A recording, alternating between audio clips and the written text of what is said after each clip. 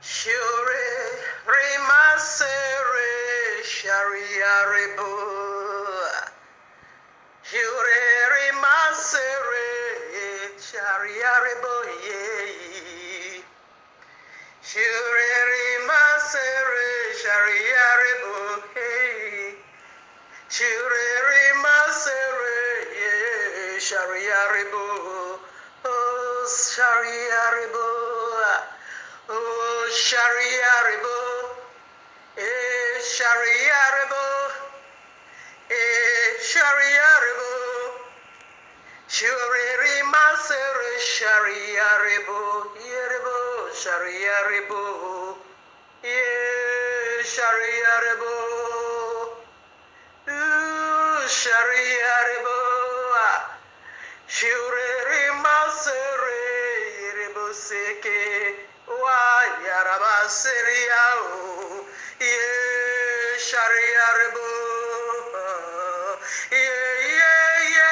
Shariaribo, Shariaribo, Jurebo Seke Santa Labuye, oh Masante Lebo, Kuribo Shanta, Sandilayabo, Sandalabu Seke.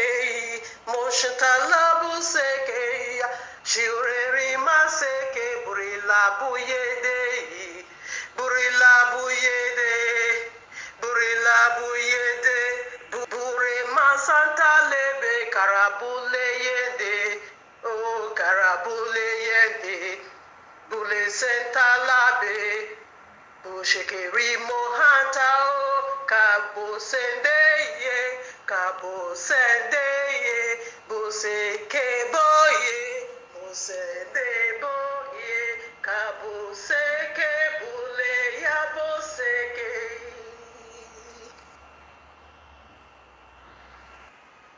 Shaliaribo, shaliaribo, shaliaribo, heya ubule seke o, himbo santa labu, shaliaribo.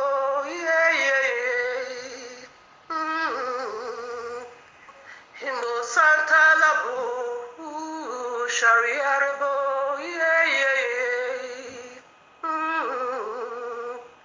Rebo Sekeo, Yerebo Seke Yaboribo Sei, Himo Seke Yaboribo Sei, Shuli Labe Yerebo Sekeo. Himo sekerebo yandereo, yerebo seirebo, yerebo seirebo, himo santalabu seirebo, busekerebo busekerebo busekerebo. Santana beye serebola o, kubu shantala beye orobose, shariarebo, shariarebo, shariarebo, shariarebo, shariarebo, shariarebo, himo santala beye yo. Busake yerebo santa labu yedero, wow shariarebo Yahuah, musekerebo shariarebo, wa yenirebo shunalabo shariarebo Yahoshua, kurilaba yenirebo suntelebo shariarebo, yerebo seirebo Yazrael, isenerebo. Bushantalabe serirebo Yahudi, Himo Santalabe o, Busanderebo ye kurabaseke, Bure sanderebo ye sarirebo, Himo Santalabe ye kurila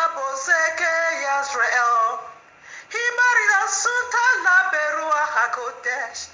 Ibarako suntela beya. Ierebo seke salirebo. Imo santa la beya salirebo. Musenderebo. Salirebo. Kubu shanta la beya burilo moseke. Kurilo buyantalao.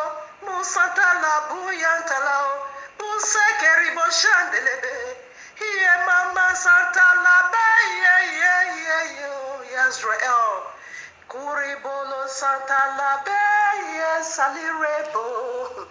Erimata salirebo Israel. Salirebo Yahudi Mosanta la besariebo Uya narabe Emusekebo Busekerebo Butelebo yantalabe Yeborobo seke Busantalabo Iborodo suntalabo yantalabe Yahuah Bushantalabe Nereko Santalabe Israel Saliraye rebo yere Sali yarebo Musa talabe yarebo Burelebo sante ye salirebo Mosekeribo sanderebo Salirebo yerebo seke Musa talabo yekerebo In the very presence of your enemy In the very presence, yes, salirebo. In the very presence of your enemy. Oh, yebo yanderebo. The table will be right set. Ibaribo Santa Labe, yes, salirebo. In their very presence, Yahuah will set the table. He will set the table of overflow blessing. He will set the table of the overflow glory. He will set that table. Oh, salirebo. A table. Salirebo. Yaribo. Salirebo. In their very presence, Orobo Saliremo Chantalao. Yahuah Muribo Santa Labeya, Yahshua Kurilabo Yentelebo Santa Labe, Ruach HaKodesh, Iborobo Sekeyebo Salirebo. In their very presence, Orobo Sekeyebo. In the presence of your enemy, Yahuah will set the table. In the presence of your enemy, Yahuah will set that table of overflowing wonders, that table of overflowing glory, that table, Yeribo Salirebo, Uma Santa Labe Kuri Labo Salirebo, that table of overflowing wonders, that table, Rabosaka Yerebo Santa Labe Israel, Salirebo Inereko Sende, Mama Yenerebo Sundelebo Yahudi, Mama Yenerebo Sundelebo Yahudi. In the very presence, Imorodon Santa Labe, in the very presence of your enemy, Oriboseke, Yahuah will set that table of overflowing blessing, that table of overflowing wonders, that table of overflowing Moroboseke blessing. Salirebo, Imo Santu Labe Sekerebo, Salirebo Yanderekoya. Mama Derebo, Israel, Busandarabo Yantulubu, Yahudi, Busalabo Nerebo Santalabu, Nereba, Kurilaba Salirebo, Imosunderebo, Salirebo, Bushantalabere Koribarabo Yinereko Seke, Israel, Yereba Seke, Yahudi miere borobo seke. Yeah, salirebo. Mosakari borobo salirebo. In their very presence, Yahuwah will set a table. In their very presence, He's gonna set a table of overflowing wonders. Overflow, overflow, anointing, overflow. Yerebo, salirebo. Masato labo kuribo le salirebo, salirebo, oh yeah, oh yeah. Greetings to the 12 tribes of Yisrael scattered in the four corners of the earth, and to the Gentiles called by the name of Abba Yahuwah. Shalom and much love and prosperity attend you, family, for you are the reason of our time like truth, because the time is simply near. Just as we see the days goes by, and so draw nigh the coming of Yahushua HaMashiach. Just as the Malach of Yahuwah saith unto Yehukanai, the Revelator, sealed not the prophecies of this book, for the time is near. Exactly what we are doing here, family. Decode the end times prophecies, signs, dreams, in preparing people build a house for the return of King Yahushua HaMashiach, our eternal bridegroom, to whom eternally due all praises of worship, honor, adoration, wealth, riches, glory.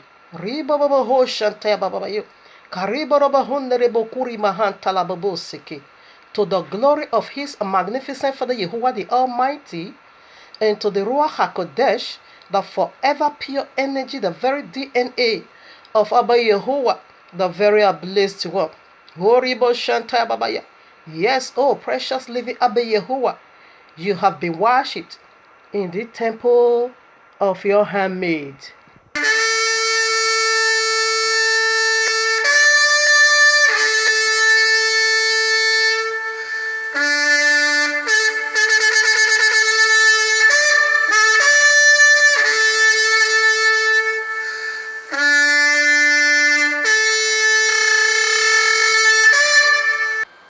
We did it again. We just sound the trumpets again. This is the glory of trumpets. You heard it, and I heard it. Everyone heard it. Okay? And this is the glory of trumpets. When it's being released or being sound, everyone, turn around. It is an alert or awakening. Where is that noise coming from? Where is that sound coming from? And what is the meaning of the sounding of the trumpet? Okay? Like I always love to say, trumpet or sound precedes every single movement of Abba Yahuwah. Like what I'm doing now, I'm just preparing the way for Him. Sounding the trumpet. You see, Abba Yahuwah said, I've not acted at all in secret. That which I have disclosed to you in the secret, He said, proclaim it aloud, okay, on the street. This is what we are doing right here. That which He said in Exodus 34 verses 10 is what we are resounding unto you right now with the voice of the trumpet, which is the very voice of Abba Yahuwah. Okay? That's unique glory over there. It's about to occur. It's about to occur. The coming of the great King, Yahushua HaMashiach. I said this generation shall not pass away. This generation that is going to see all these signs won't pass away. They are the last generation. And I'm so privileged to be a part of this great movement. And what about you? Are you being hypnotized by the teachings of the world, by the false Messiah and the false prophet and their false doctrine? Are you being captured? Are you being caught by it? Did you prepare your house? Are you awaiting the coming of this great King? What part are you? That is what we want to dig into again today, as I'm being privileged by the power of heaven to keep resounding it until He suffix the coming of King Yahushua HaMashiach. It is a unique event the world has never ever, witnessed. It is a new glory. A good news to the camp of the Yisrael, or a bad news to the camp of the Gentile. If there is any stain in your garment, this is the nature of the segment. You can still do it. You can still put your house in order. You can wash your garment and make it clean. Okay, except if you want to fight. If you don't want to fight, how will you want to fight? That is you neglect his saying. That is you neglect the signs of his coming. That is you don't care, you don't bother to put your house in order, which means you get ready to fight when it comes. He said, I'm going to reward you, according to your deeds. All right? And again, the Ruach HaKodesh, he says something right here. He has said it long time ago. He is re-echoing it again. Let him that have ear hear what he himself, the Ruach HaKodesh, has said unto you and me. Why did he say so? Let him that have ear hear? Because he knew already that part of humanity is not going to be having a circumcised ear. Okay? They are going to be having a deaf ear. And again, they are going to give their ear to the dragon. They are going to be hearing the voice of the dragon. And what is the voice of the dragon? I have abolished the law. Okay, right in Genesis 3, we see it over there as it were in the beginning, and so it will be at the end, for there is nothing new under this Ecclesiastic 1. No? What has been will be again. What has been done will be done again. For there is nothing new under this heaven. All right, now the signs of the last day says something deep over here. Very, very deep. Kindly listen. You can't obviously believe that Watchmen, Yahoo, and Deborah did not pay me to do the intro for White It Out 4 to deceive the masses. The true Israelites are the so-called blacks, so-called Hispanics, and Native Americans scattered throughout the earth. The Judah team has an agenda to make all the tribes Hamite. Matthew 24:4 says, to take heed that no man deceive you. Hey guys, the gig is up. I'm not the real Jesus. As a matter of fact, the fella's name wasn't even Jesus. He had a Hebrew name. There wasn't a letter J until a few hundred years ago. With that being said, I have fooled the whole world into the biggest sham of all time. The name and identity of the real fella has been taken over by me. There are thousands of paintings of Jesus, and they don't even come close. Jesus was the creation of the Roman Catholic Church, which served to replace the real fella, who probably looked more like Morgan Freeman. But who cares? The truth doesn't matter, as long as you pay your tithes. Gotcha. Hima Santa la Beye Salerabo Bule Shande Rabeye Salerabo Himo Santa la Beye O Salerabo Salerabo yeah. Prior to this, like you know already, I will always give a precept. Here I am, Revelation 12:9, like you know already. Therefore I read, and the great dragon was cast out, that old serpent, always remember, is the metaphor, is the phrase. That old is speaking of something over here, okay? That has an origin that can be traced back to where it came from. That old is saying something. It's ministering powerful unto you and me. Can I take it again? And the great dragon was cast out. That old serpent is the phrase, a footnote, called the devil and Satan, which deceiveth the whole world. He was cast out into the earth, and his angels were cast out with him. Another footnote, a note over here, that deceiveth the whole world. He deceiveth the whole world. This old serpent deceiveth the whole world. Footage, okay? Let me blow your mind off once again. We are tracing that old serpent. Let's trace him now. Where is he hiding? Where is his hiding or secret place? We fish it out already. Through the help of the Ruach HaKodesh.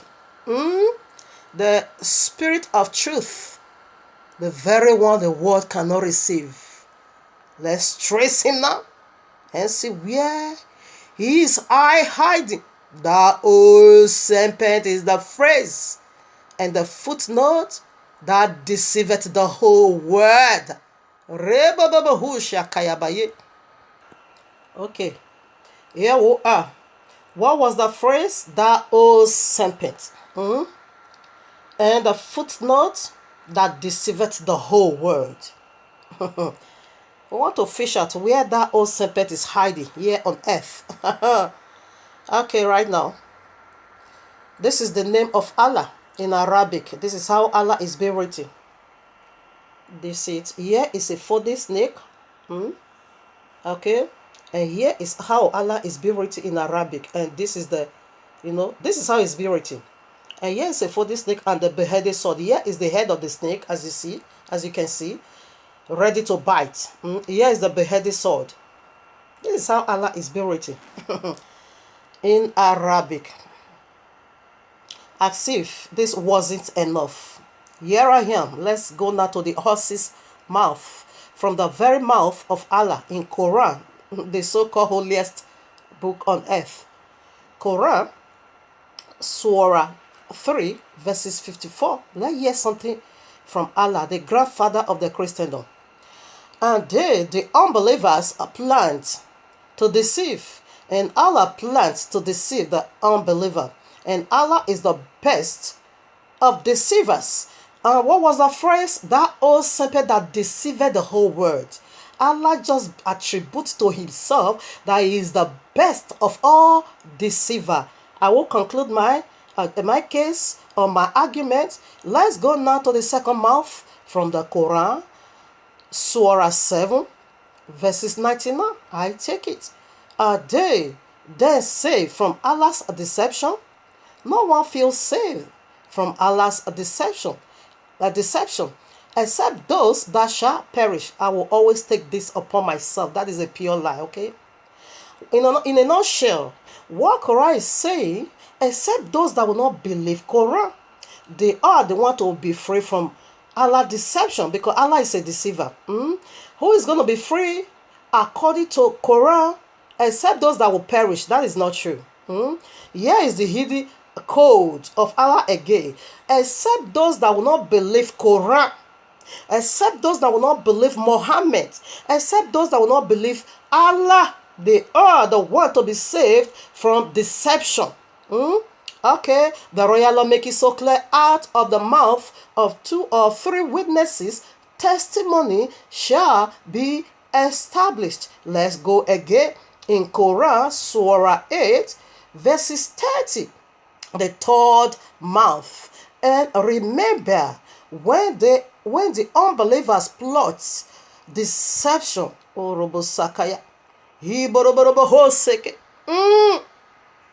against you, O Muhammad, to imprison you or to kill you or to expel you, they plot deception. But Allah also plot deception, and Allah is the best of all deceivers. Did you get that? By now you should have known who is that old serpent. By now you should have just concluded in your heart who is that old serpent, the criteria of the deceivers of the whole world.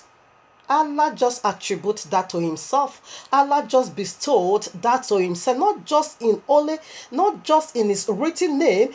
This matter also came from the very mouth of Allah, that he is the best of all. Why did Allah say so? Allah know that he has already assigned small little liars, little great deceivers to the 4 corners of the earth. But he assigned, he said he is their father. Messiah said in John 8:44, he said, you are of your father the devil, who has never ever hold on to the truth, and he is a liar and the father of all liars. He has children. This very dragon or serpent we are talking about has many children. Okay, when you read that Revelation 12, you're going to see you have a crown, 10 crowns or 10 horns. That's it. That is his kingdom, his children. They are already in the four corners of the earth, propagating the lies of Allah. And this denomination, it doesn't really have to do with Islam. It has to do with the four corners of the earth, that old serpent that deceiveth the whole world, which means this spirit is in the four corners of the earth, is in all things. And Christianity is the great primary China of this great lie. And Islam is the final deception. Okay? Christianity is about to drop it now, and Islam will pick it up from where Christianity dropped it, because they are the final video to play for us. This old serpent simply represents a playlist video of lies, playlist video of deception that has been playing right from Genesis 3 way down to the very end. Revelation, that old serpent, the mark of the beast or mark of destruction or the code of the link of fire did not just be found in Allah's saying, but also be found in his name. Did you see? Christianity said they know how to lie.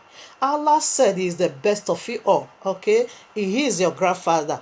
He have PhD in telling lies. I'm not yet done. We proceed. Now here's the real snake. Do you still remember the written name of Allah in Arabic? Here is it. It's a snake, okay? That old serpent. The royal is too complete. Some of Muhammad's followers, top 10 of Muhammad's followers, Abu Bakr is called by name. Muhammad's father-in-law said in some they are written, said that he's very much afraid of Allah's deception. He said, even though I set already one of my feet in the paradise of Allah, he says, still I will still be very much afraid of Allah's deception until I place the second one into the paradise. So this very saying of Allah put a lot of fear in their earlier followers, heart, because Allah is a great deception. Christianity is keeping Sunday, keeping Christmas. You see? But Allah said he's coming right away to teach you. Because Allah in said, Allah said if you don't sin, Sahih Muslim 2687 said if you don't sin, Allah said if you don't sin, he will wipe you out and replace you now with other generation that will sin, so that he will have mercy upon them. Okay, what is sin? Sin simply means breaking the royal law, as the royal law said. And Allah said if you don't break the royal law, he's going to destroy you and replace you with the people that will do it. Christianity said they will not break it utterly. They are still holding on to 5 truths. And Allah is very hungry. Allah said you must drop it. He creates another generation already. That is Islam. If you don't renounce these 5 truths in you, Allah said he will destroy you. And he has already created another generation, which is the Sharia law, the Islam. Allah have no son. Drop the belief of Messiah is the son of Yahuwah, of Messiah, or died, buried, and resurrected, of Messiah being the Most High. Drop that belief. Allah said no, you must renounce it all.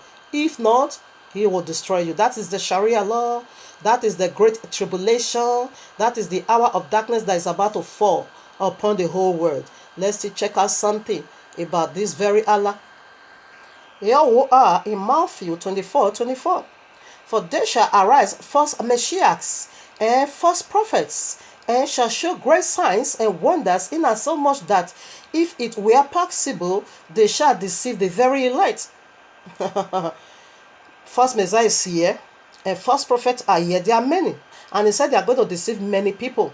Okay? So, because of this great stipulation extended to the elect, he said, if it were possible, they will also deceive the elect. That means to say, it is not utterly possible for the elect to be deceived. Okay? So that is the reason why we are talking. The elect and the chosen Gentiles are the reason for this segment. We speak for their sake, for them to come out from this great deception. Christianity is the last video, excuse me, second to the last video. And Islam is the very last video, okay? That is what we want to dig into now, the 12 hours of the day and the 12 hours of the night. We want to see their authority, okay? So this is Allah for you. Christianity keeping Sunday, keeping Babylonian feast. Christmas, oh really? Celebrating the wisdom found in this serpent. Celebrating the fall of man, the tree of the knowledge of good and evil, the one you call Christmas tree.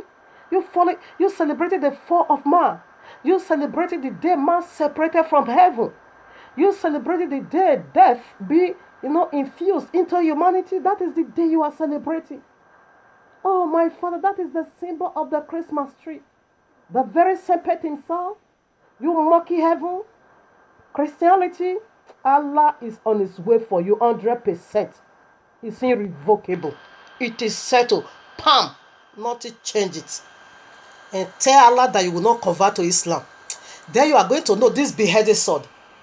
Allah is going to let you know that it is a double-edged sword. It will cut from the back, it will cut from the front. You know how to deceive people. You are keeping Sunday. The greatest abomination in the Bible, in the royal law, as Ezekiel 8, 13 to 16 says, the very greatest abomination. You turn your back to the royal thing. You worship it, Babylonian. You wait for Allah. Allah is going to teach you. You see Allah's head. This is Allah's head. The head of serpent. Going to bite you. You just wait. Again, in a holy language, this is how it calls is purity. Cause Allah in Hebrew language simply means cause. Okay? This is Allah. Means cause in Hebrew language. Okay? The holy language. I don't care Islam, what you said Allah means to you. You can say they make God to you. But for me, that I don't go by that, okay? I go by what the royal law said. The Hebrew, the holy language. Allah simply means curse, as in the curse serpent, right in Genesis 3. There we see first curse pronounced from the mouth of Abba Yahuwah on earth. Okay, that we see that curse. Don't convert to Islam and see how it's going to curse you. You convert to it will curse you. You don't convert to it will curse you. But there is physical curse and there is eternal curse. When you convert to Islam, that will be eternal curse. But when you don't convert, it will curse you physically. That is, it will behead your head. It will cut off your head. That is the Sharia law. That is the great tribulation.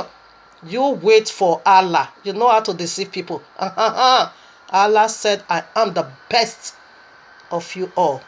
Wait, Allah is on his way for you. Himo Santa la Baye Salirebo. Pule sende yerebo ye Salirebo. Lema sekerebo ye o Salirebo. Bule shande erabe ye Salirebo. Mishmaker. And people, here who are in the heavenly courtroom of Abba Yahuwah, retouching again this lifeful, breathful, resurrected giving message. Abba Yahuwah titled for you and me already on the Shabbat. Our title, The Mystery of Day, is Shabbat, the eternal day, / Yahuah's judgment on Babylon part 2. We did the part 1 on the Shabbat. Today, I'm doing the finishing. Like we used to, if you watch the part 1 already, then you know I promised to upload the part 2 in the midst of the week, the very one you call Wednesday. But this message, I'm doing it on your Christmas day. To be a witness is between Yahuwah and you.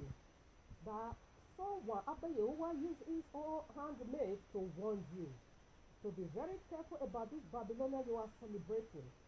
That judgment should be caught up with you in this your celebration of celebrating the fall of man, provoking heaven, and celebrating the destruction of man, and celebrating the day, most powerful deity or separate from Abba Yahuwah, ready to mislead every living soul here on earth. You see how he has misled you?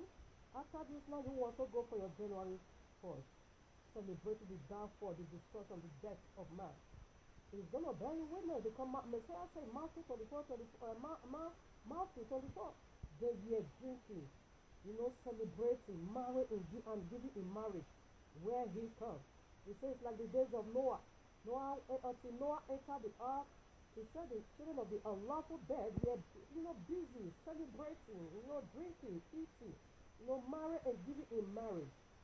That until Noah entered the ark, they never knew destruction had destroyed all of them. Go and read Matthew 24 and read Genesis 6. And what was going on in Genesis 6? It was a paganism marriage. Genesis 6, fallen deities now begin to intermarry with humanity. And they now bring forth children that is called giants. And Messiah said is coming. It's also like, it's going to be like that day. So if you want to know what is going on right now, what time we are in the spirit realm, go to Noah's Day, chapter 6. You are going to see what was going on those days. It is what is going on right now. Marriage of Satan. Celebrating the feast of dragon. It is renewal of covenant. It is more like of marriage. You are renewing your covenant to remain Satan bride or dragon scented bride for all eternity.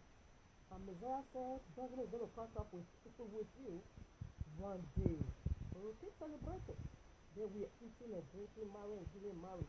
When the Son of Man appears, keep doing it. One of these days, judgment will catch up with you. Imo Santa la be yo salirebo ye Bule shande rabe ye salirebo Imo sekerebo ye yo salirebo Imo Santa la bu ye salirebo. Family, like you know already, I will always love to set the stage with Deuteronomy, Deborah 32:1-4. Give ear, O ye heavens, and I will speak, and hear, O earth. The words of my mouth, my doctrine shall drop as the rain, my speech shall distill as the dew, as the small rain upon the tender herb, and as the showers upon the grass, because I will publish the name of Yahuwah. Ascribe, yea, greatness unto our Elohim. He is the rock, his work is perfect, for all his ways are judgment, a Elohim of truth and without iniquity, just and right is he. This is awesome. Imo sandala be ye salirebo Bule sekereba ye o salirebo Mo sekereba ye o salirebo Kubale yendeba wo salirebo ye Mo sandala be ye o salirebo. Family, before we go and run this heavenly race in finishing of the part 1, let us first of all also look into deeply what is the royal love for. How does it play it out in our lives, or how does it become a lamp on our feet that is directing us? Okay, point 1, it functions as a sacred marriage covenant between Yahuwah and his people Yisrael. Point 2, it outlines how the marriage would function. Its stipulations are what makes it a happy and a fruitful marriage. Point 3, its precepts describe how the marriage would function. Point 4, it's what pictures tells what marriage life won't be like.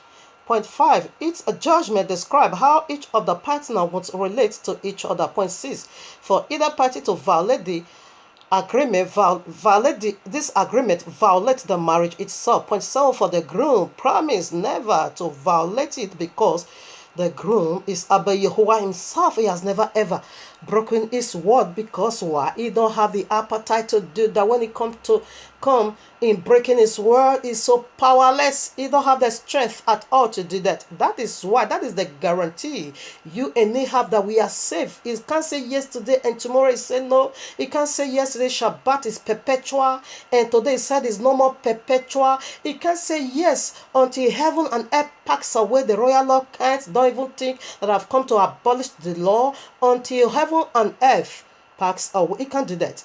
Only man Jesus is the one doing that. Okay, that is the guarantee you and me have, that his word is yea and amen forever. If he said it is so, it is so. When he said it is pure white, then it's white. He cannot tell you today it's white, tomorrow he will say it's black. No, you don't do that. He don't have the appetite at all. Only this man wicked Jesus is doing it so stupid That is why I now know that Jesus is a very stupid, wicked demon, okay? One is going to abolish your life. Because he knew how to abolish things. If he is the true Messiah, why should he give us a criteria to be watching for? That until heaven and earth pass away, not even one dot of the law will by no means pass away until all is fulfilled. When you now go to Revelation 21, it now says, for the first heaven and the first earth has passed away, and the new one that come from above. Where you don't say the first and the first heaven and the first earth, that is the criteria that Messiah has done with the royal law. He is not needed anymore. And this is going to happen on the 8th day, which is the new beginning, which is the 8,000 years. That is where that will not come. But now the royal law still can't. He hasn't fulfilled the kingly part. He has well fulfilled the princely part, but the kingly part is still in progress. He is still in progress. What will be the use of it? That he will abolish Shabbat and give you Sunday Babylonia? What will be the use of it? That he will abolish his royal law, his own feast, and give you Babylon, abolish his own calendar, and give you paganism calendar? He can't do that. That is mad Jesus. That is the voice of the dragon you heard again in these last days to mislead you into destruction. Okay? And I also got a message from your Jesus to you. And your Jesus asked me to tell you that I once told you that he once told you he is going to fly you into the sky. You are going to run away from Sharia law. He said, but now I should tell you that he abolished it. No more flying into the sky. He said I should tell you, you are going to face the Sharia law. You will go through tribulation. No more flying into the sky. That is what Jesus told me to tell you, and I've just delivered it to you. To abolish things is right in Jesus' DNA. Be careful. So I'm going to keep making my presentation regardless of how few my viewers is these days. Really, I don't care. Many are called, only few is choosing. We are after the few, okay? Many will be deceived. Only the few, the elect, that will be left, alone. And we are after the elect, okay? I don't care how many viewers I lost. It doesn't really count for anything at all. The royal law make it so clear. The day one sinner will repent, heaven celebrates, angel party. It did say the day 1 million viewers, will view and repent. The day just one. So we are after that just one in every segment we pass out. Okay, like Yahuah review, like I keep saying, I've lost almost more than 1,000 viewers, but I don't care. I didn't lose them because they are not meant to be here. Only the few, that is what we are in need of. I was in vision, a man was downloading my vision. Not yours that is downloading it to please Abba Yahuah, but it was downloading it to pervert it. And that is why Abba Yahuah gave me this guideline. He said, do it like this. That is how they are going to remove their filthy hands of this vision. Christianity, you have already messed up the royal law. You can also come and messed up this vision. This unique vision Abba Yahuah is digging out of me this day, in reaching out to his people. You say all things. Your anointing oil, your handkerchief, your water, your sticker, your message, your music. You sell all things. Your prayer point, you selling it. We see that.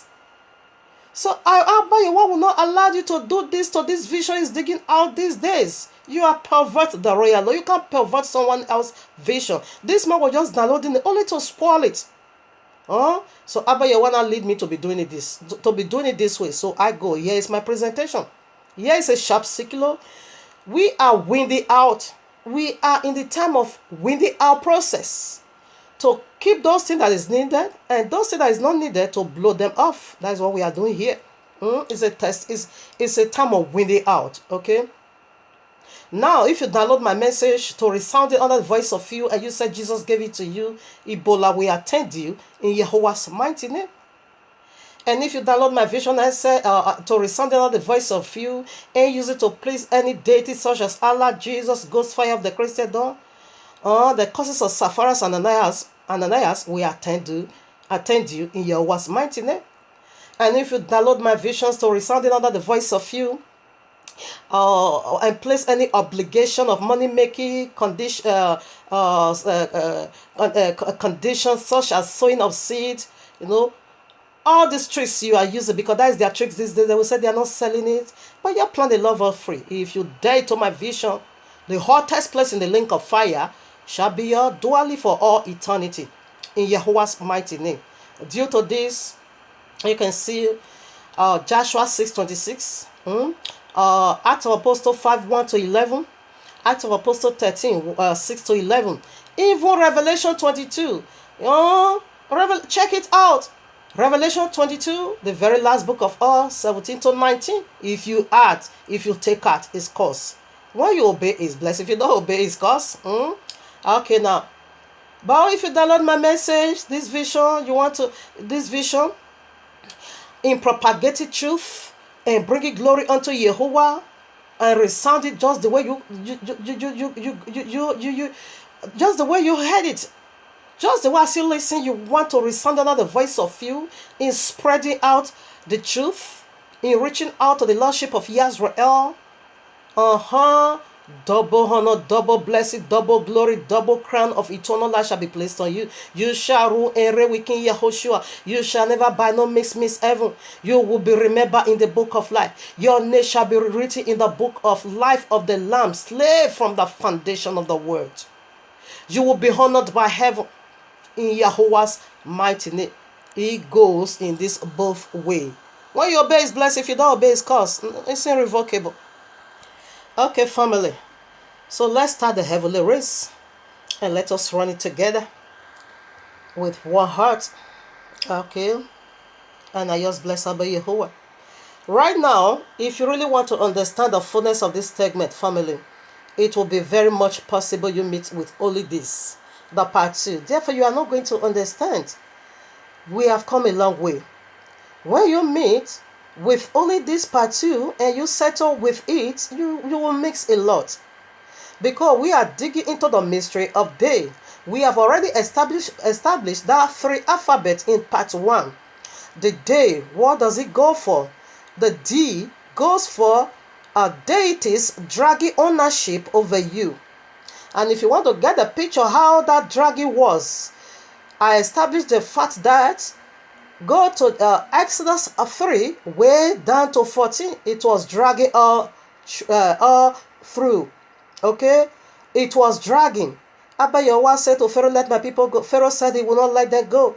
If you go through it, you will see it was all dragging through until Yahuwah did something, powerful. Until Yahuwah released his mighty hand. What was Pharaoh doing?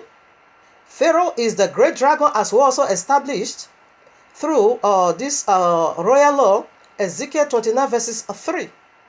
And also see who was the great dragon. Say Pharaoh the great dragon. So Pharaoh that hold our family bound in those days was great dragon. That is, his authority was the dragon. And Messiah said, as it were in the beginning, so it will be in these last days that we are going into Isaiah again. That is what Deuteronomy Deborah 28 said. Okay. And Pharaoh was giving first deliverance, first promises, first salvation. I will let them go. Okay, I will let them go. Again, he will say, I won't let them go. Exactly the first deliverance and first salvation Jesus is giving to our people right now. Deities dragging ownership over you. Go through all. You are going to see how tough that dragging was. So that is the first alphabet. The second alphabet simply go for anointed authority over you. Anointed authority over you. We see that Yahushua HaMashiach is being anointed over you. And we also see that a cherubim was also being anointed over you. And we now also use this scripture for Yahushua's own. Acts of Apostle 38, chapter 10, verses 38. And we now also use that of Jesus, because devil is Jesus. Ezekiel 28. We now take it from 12, 11 to 19. You will see it said you was the anointed cherubim. Okay, that covers. And what was the last letter? Why? Why not simply go for words? Yahuwah Yahushua, destroy dragging darkness off you. Okay, so we also use Revelation. Yahushua said, I and my Father, we are one. The foundational scripture all through was John chapter 10, the good shepherd and the bad shepherd. And Yahushua now said in verse 28, John 10:28 to 30, I and my Father, we are one. Okay, Yahuwah Yahushua destroy dragging darkness off you. And we now also use Revelation 20:7 to 10. Okay, to see how Yahuwah and Yahushua destroy the dragon of his people. Okay, so today we are going for the points, and we have from point 1 to point 4. So we are dealt with the day mystery, and now we are going to see the 12 hours of mystery, 12 hours of the night and 12 hours of the day. Okay, that is what we want to unveil now. So we'll start with point 1. Okay. Himo Santa la ye salirebo. Ule shakarebo yanda ye salirebo.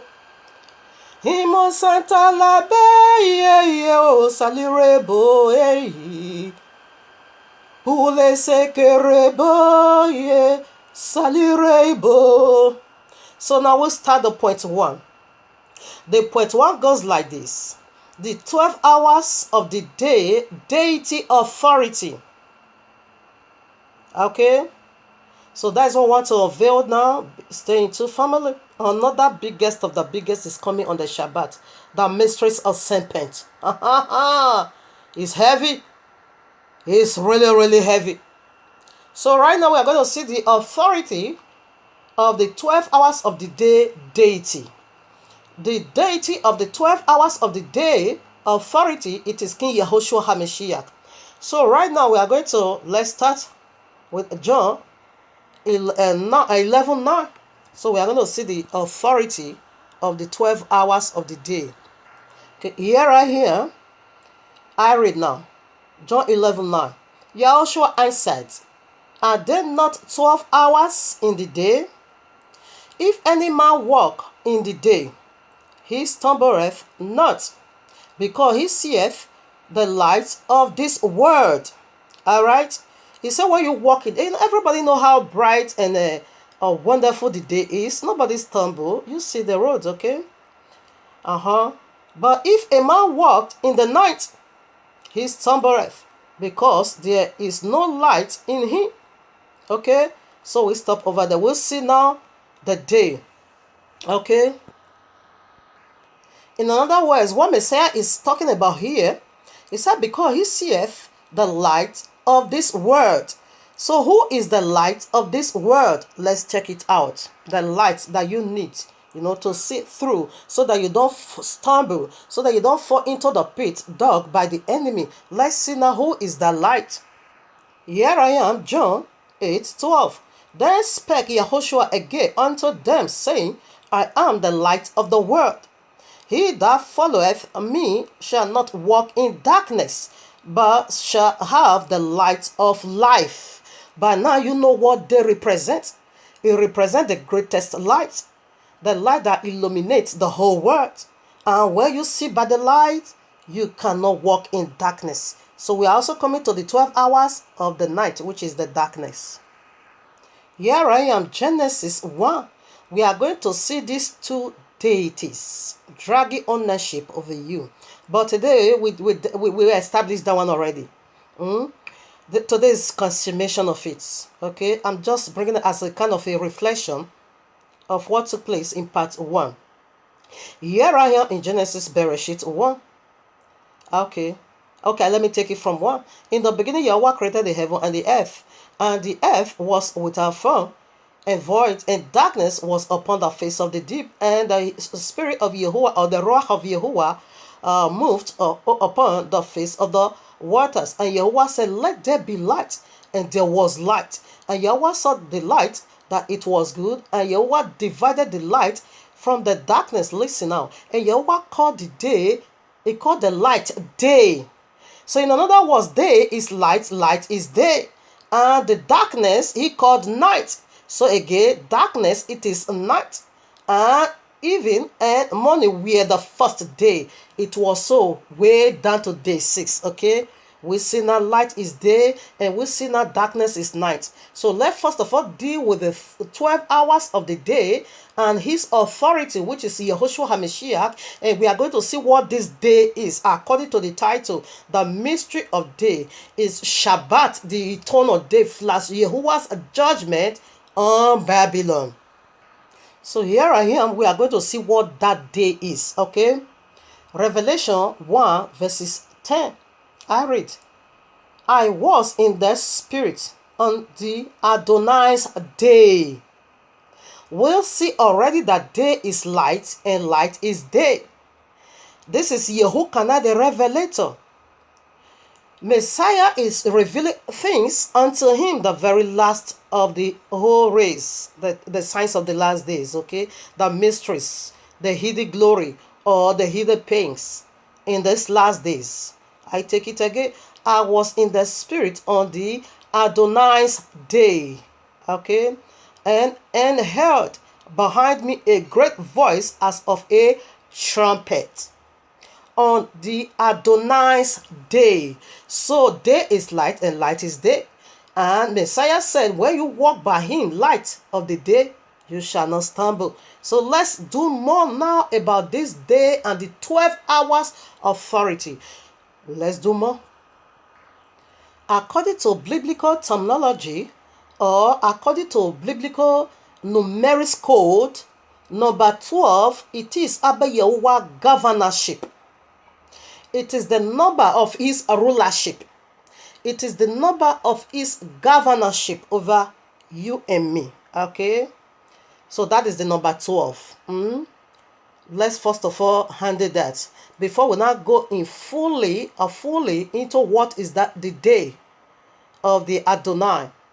That we need to be in the spirit, not flesh.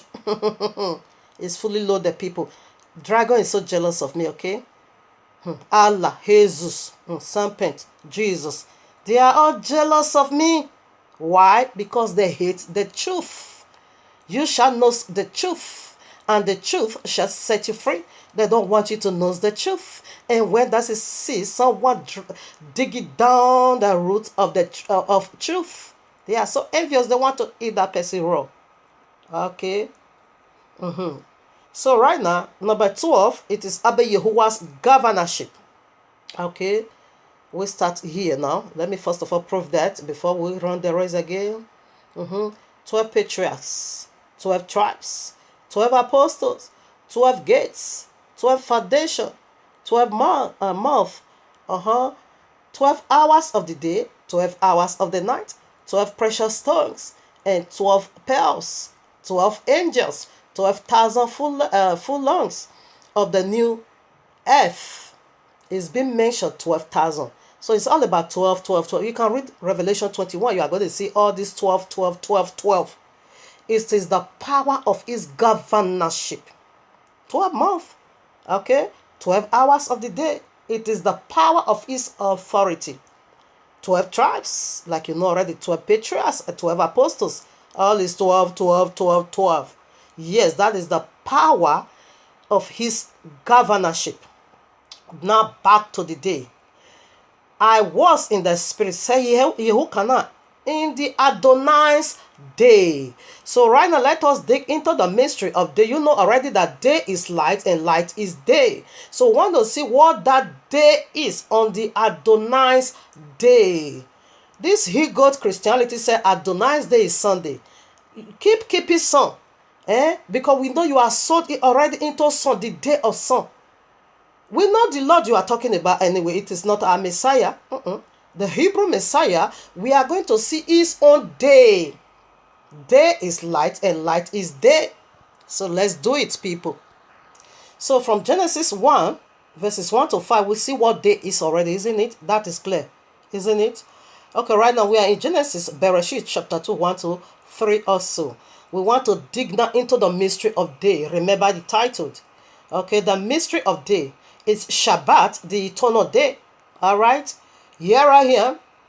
Excuse me. Bereshit chapter 2, verses 1 to 3. Thus the heavens and the earth were finished, and all the host of them.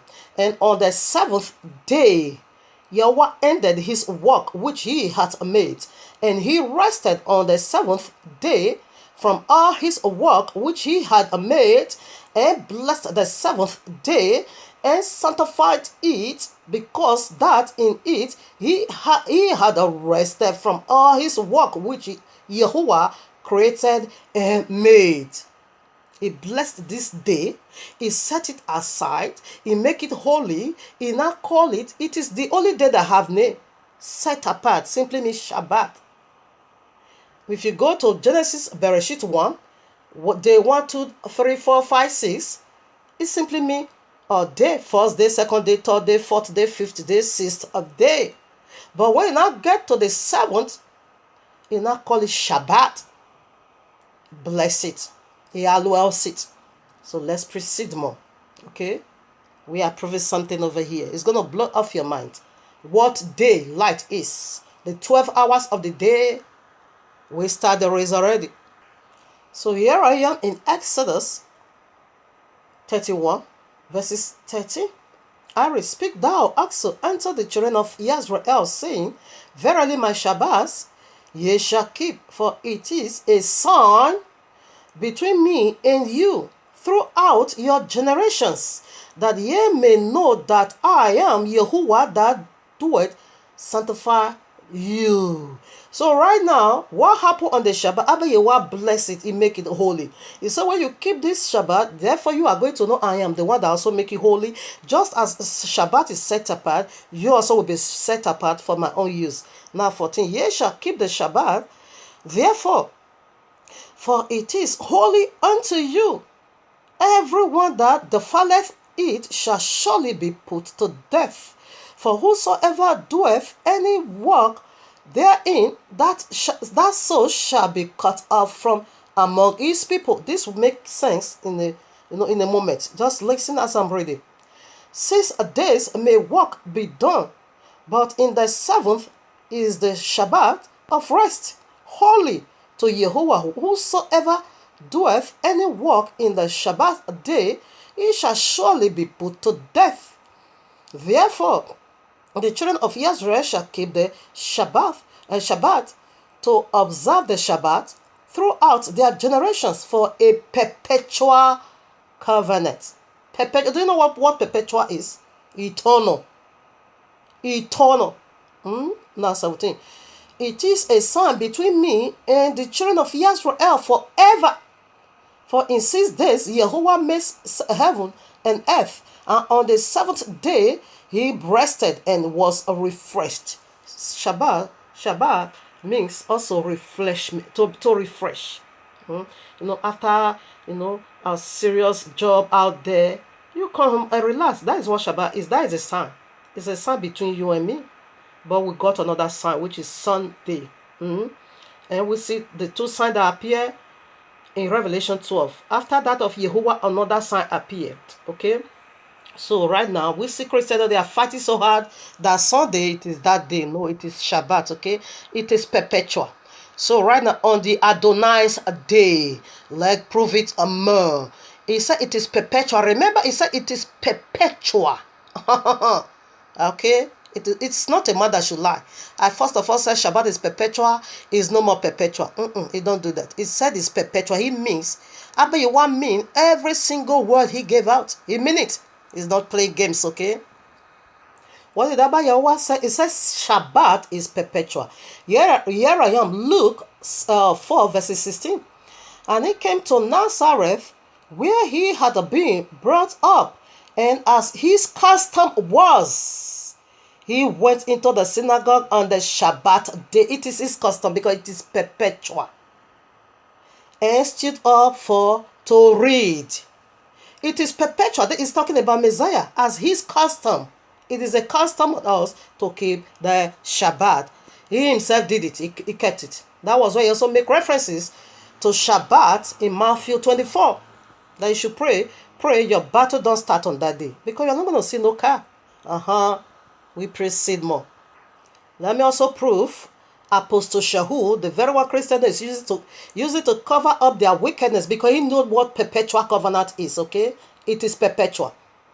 Now, Acts of Apostles 17 verses 2.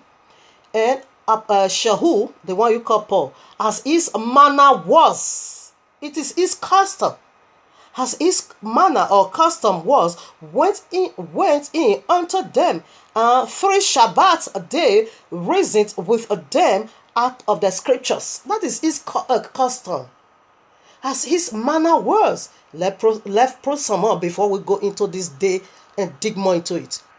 Acts of Apostles 13 verse 42. You can't just read all. It is awesome. We are exposing Jesus and their Sunday. I read. When the Yahudims were gone out of the synagogue, the Gentiles besought that these words might be preached to them the next Shabbat. Apostle Shaul was the one addressing the Gentile, okay? When the Yahudim left, so the Gentiles of those days now begged Apostle Shaul, the one you call Paul, please come the next Shabbat and teach us. We want to hear him or preach to us next Shabbat, because they know Shabbat, it is perpetual. Now 44, that's in place. And the next Shabbat day came almost the whole city together to hear the word of Yahuwah, because it is perpetual. So the Gentiles of those, they never said, come to preach to us Sunday. Shabbat day, because they knew what it is. It is perpetual. Let's dig more. Here I am, Yeshayahu 56, 1 to 8. You can, that's Isaiah. I read. You can take it 1 to 8, but I'm taking it from 6 to 8. Also the sons of the stranger that joined themselves to Yahuwah to serve him and to love the name of Yahuwah, to be his servant, every one that keepeth the Shabbat from polluting it, and take hold of my covenant. The covenant of Shabbat, it is perpetual, eternal rest, okay?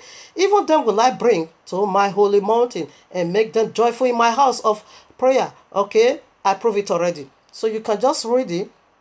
Yeah, 1 to 8, okay? We are proving the very Shabbat, okay? That is the day of the Messiah, not Sunday. So we are unveiling what that day is. But now you know what the day is. The day is light and light is day. So we are unveiling what that day is, okay? Here I am. Yeshayahu 58, I read 30, Isaiah 58. If thou turn away thy foot from the Shabbat, from doing thy pleasure on my holy day, and call the Shabbat a daylight, the holy of Yahuwah, honorable, and shall honor him, not doing thy own will, thy own ways, nor defiling nor finding thy own pleasure, nor speaking thy own wells. He said on the Shabbat, if you remove your leg from breaking the Shabbat, the holy day of Yahuwah. That is what he's talking about. Shabbat, right from Genesis 2, it is the first law. It is the holy day. It is the day of Adonai. That is what Yahuwah saw in Revelation 1:10. Not Sunday, pork eating people, not Sunday. Stop perverting the teachings of our forefather and stop perverting our book to deceive our brother. Stop it. Okay? It is not Sunday, the day of sun. No. There's no covenant. It is working time. There's no rest. Because Abba Yahuwah worked that day. It is working time. That is, it is a suffering time in the eternal link of fire for all eternity. No rest, okay? Only Shabbat is the day. Now let us hear from the horse's mouth, the very Messiah himself, from the royal Lord you and me carried. That is Matthew 12 verses 8. Hear what he called himself. I will first of all take it in the holy language before I will read it to your hearing, because we need to prove it to you. I read now. For the Son of Man is Adonai, even of the Shabbat day. He said the Son of Man, which is Yehoshua HaMashiach, is the Adonai of Shabbat day. He said, like it is written here, you call it Lord. He is the Lord of the Shabbat day. This is his day, okay? This is his day. He is the Adonai of the Shabbat, because he knew what Shabbat is. He knew it is perpetual covenant, irrevocable. Okay? Not Sunday pork, eating people. Eating pork, eating pork. Jesus cleansed pork. Jesus is pork, okay? That is why you are eating pork. We don't eat pork. Shabbat, it is the perpetual covenant. Is the day. Now, when you go to Genesis, try and read all these places. From day 1, day 2, day 3, day 4, day 5, day 6. They all mix with darkness. But when I come to day 7, there wasn't darkness anymore. There was no night anymore. It is day. For all eternity. There is no night.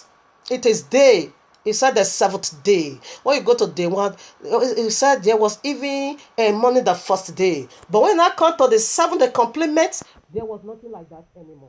It is day, the Shabbat day. Clap, finish. Settle. Okay? Let you keep deceiving over there. Let it keep deceiving you. Eat it up with you. Keep doing it. Judgment is on its way. Don't run away from them. Don't come. How about you want to come out of my people? So now let's see what that day is, Shabbat. Let's see what it is now. We want to obey now the mystery of the 12 hours in this very day. Adonai's day. The Shabbat day. We want to obey what it is. So here we'll go. I am in 1 Thessalonians chapter 5. I will take you from verses 1 to 10 or so. So we are going to unveil now the mystery of day before we now go into the 12 hours of the day or so. Or the mystery. Okay, yeah, it's all the same. So good. Okay, now I read. But of that times and the seasons, brethren, ye have no need that I write unto you, for yourselves and knew perfectly that the day of the Adonai shall cometh as a thief in the night. For when they shall say peace and safety, then sudden destruction cometh upon them, as travail upon a woman with a child, and they shall not escape. When we come to the 12 hours of the night, I'm coming right back here. But ye, brethren, are not in darkness. Okay, you see darkness over there. That day should overtake you as a thief. Ye are the children of light, and the children of the day. We are not of the night, nor of darkness. Therefore, let us not sleep as do others, but let us watch and be sober. Okay, I think I'm going to end it over there. I'm coming right back here again, of course. Okay, so right now you see the day of Adonai, it goes in both ways. So we are first of all going to establish the day of Adonai, what it is. We are going to take it in 2 different ways, okay? We are coming right back here again.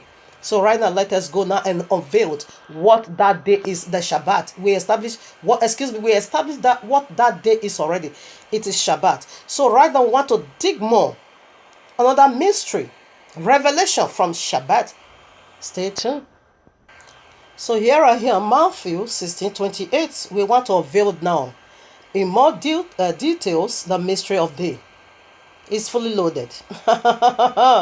So I read, verily I say unto you, there be some standing here which shall not taste of death till they see the Son of Man coming in his kingdom. I agree with many historians, because they said this Matthew 16:28 should have started Matthew 17. It should have been the verse 1. Not Matthew 16:28. It should have been the verse to start chapter 17, okay? And I agree with them, because he ends over here. They're saying what he was saying. Right now, we are in Matthew 17, verses 1. After 6 days, listen up, people, we are unveiling in more details what is Shabbat day, or what is the day, the authority of the 12 hours deity. That's what we are unveiling over here.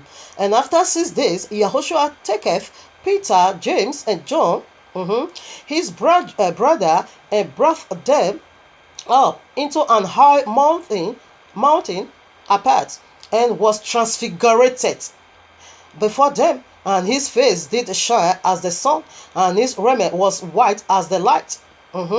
And behold, there appeared unto him Moshe and Eliyahu talking with him. Okay. Then answer Kepha answer unto Yahushua, Adonai, is it good for us to be here? If thou wilt, let us make here 3 tabernacles, one for thee, and one for Moshe, and one for Eliyahu. While he was yet speaking, behold, a bright cloud overshadowed them, and behold, a voice out of the cloud, which said, This is my beloved Son, in whom I am well pleased. Hear ye him. And when the disciples heard it, they fell on their face and were afraid. Okay. And Yahushua came and touched them and said, Arise and be not afraid. When they had lifted up their eyes, they saw no man save Yahushua only. And as they came down from the mountain, Yahushua charged them, saying, Tell the vision to no man until the Son of Man be raised again from the dead. What did he say? So this is deep. Because until he raised from the dead, that is what you just see now. That is the glorified body I'm going to be having. Until you see me raised from the dead, never you pass out this vision to no one. Okay, keep it within yourself until you see my glorified body that is going to be raised on the Shabbat day. The very one I'm also going to be giving unto you. Say on this after 6 days. After 6 days, we proceed now to the Shabbat, and this vision occurred on the Shabbat, and these promises will be given on the Shabbat, that there are some standing here today. There are some here right here. They will not taste death. Okay, rather they are going to be transfigurated. The transfiguration, it is in the Shabbat day, in the 7,000 years, in the 7th day. That is where the transfiguration is. Because Yahuwah said, so that you will know I am the one that make you holy. I am the one that makes you, that sanctify you. Just as I have sanctified Shabbat, and so I have sanctified you. It is a sign of I am holy. Just as the Shabbat is holy, so you ought to be holy. Set apart, used for Abba Yahuwah. This transfiguration took place on the Shabbat. And Messiah said to no one, until you see me having this glorified body, until you see me being transfigured, raised from the dead. That is how where you are going to say it out, because it's an example of what kind of body you are going to be having on this day, Shabbat. It means transfiguration. We go more unveiled, more deep. Here I am, John chapter 6, verses 39. Now we want to unveil. We are still digging more into the mystery of day, okay, which is light, day, and Shabbat, eternal rest. Okay, we see, because he come to show us the way. He said, I am the way, the truth, and the life. And no one coming to heaven, you can't rapture except by him, except through him. Okay. Now he himself gave us he gave us already the guideline how we are going to transfigurate on the 6th day on the 7th day after the 6th day. Now we want to unveil. I want to blow off your mind that I told you people. Don't tell my father, okay, is fully loaded with mysteries. Your sons and your daughters shall prophesy in the last day. I shall pour out my spirit upon all flesh. Your sons and your daughters shall do my job. I'm glad that I'm be choosing his daughter and to do his job. Drago is so jealous. Look at Drago. Witches and wizards, they are flying up there. Rebobo seki. Okay, now I read. Be serious, okay? No more joke, okay? Then I take it now. John chapter 6, verses 39.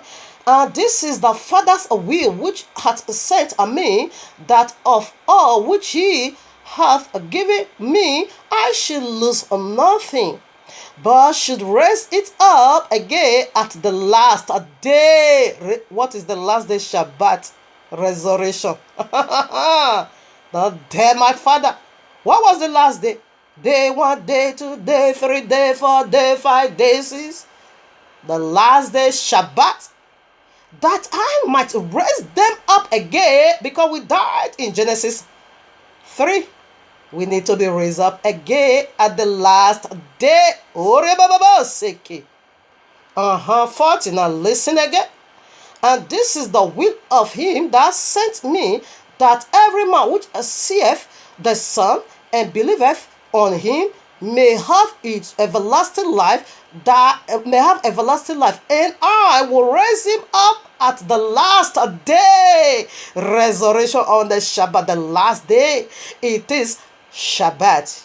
That is where resurrection is, not Sunday. But this is why Jesus is deceiving you, because he don't want you to be be in the path of resurrection.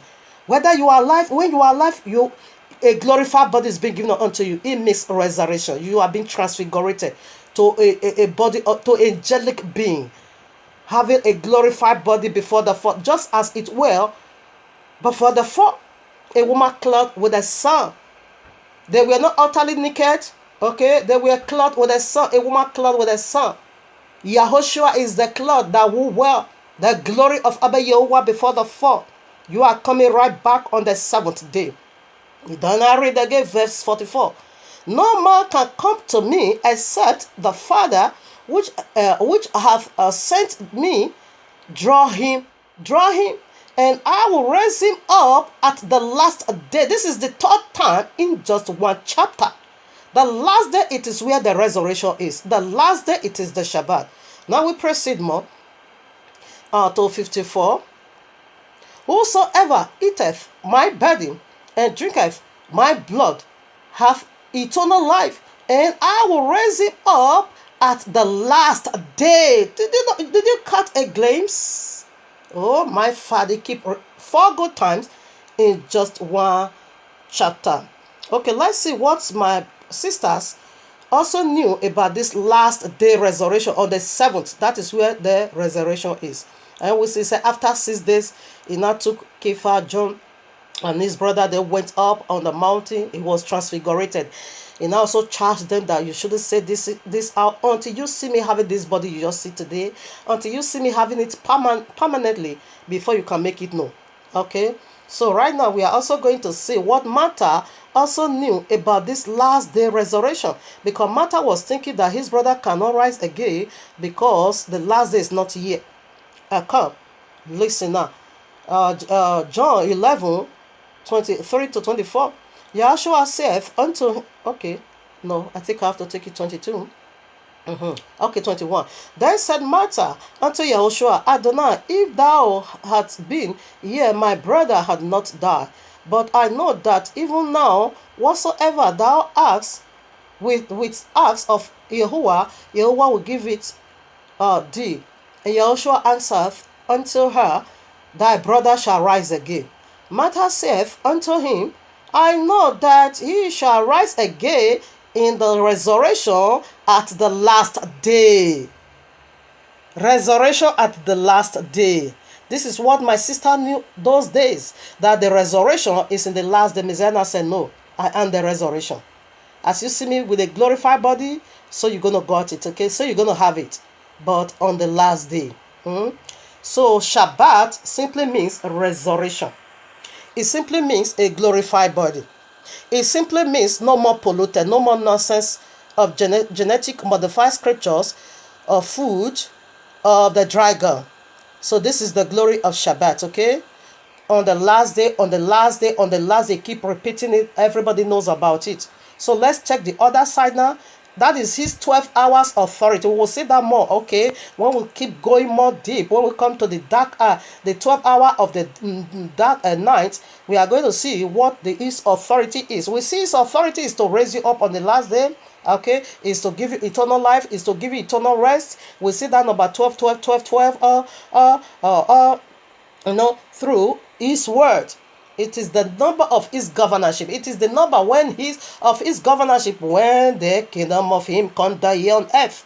12 tribe, 12, 12, 12. We see that already. He is the authority of the day. And we are also going to see the authority of the night. And this is what the authority of the day is doing for you. Is lighting his light on you. Is protecting you. Is cleansing you on the Shabbat. Okay. Is preparing you for the great event that is going to occur in the last day, which is Shabbat. Shabbat was the last day. Their resurrection is, okay? So let's see the other version of judgment in the last day as well.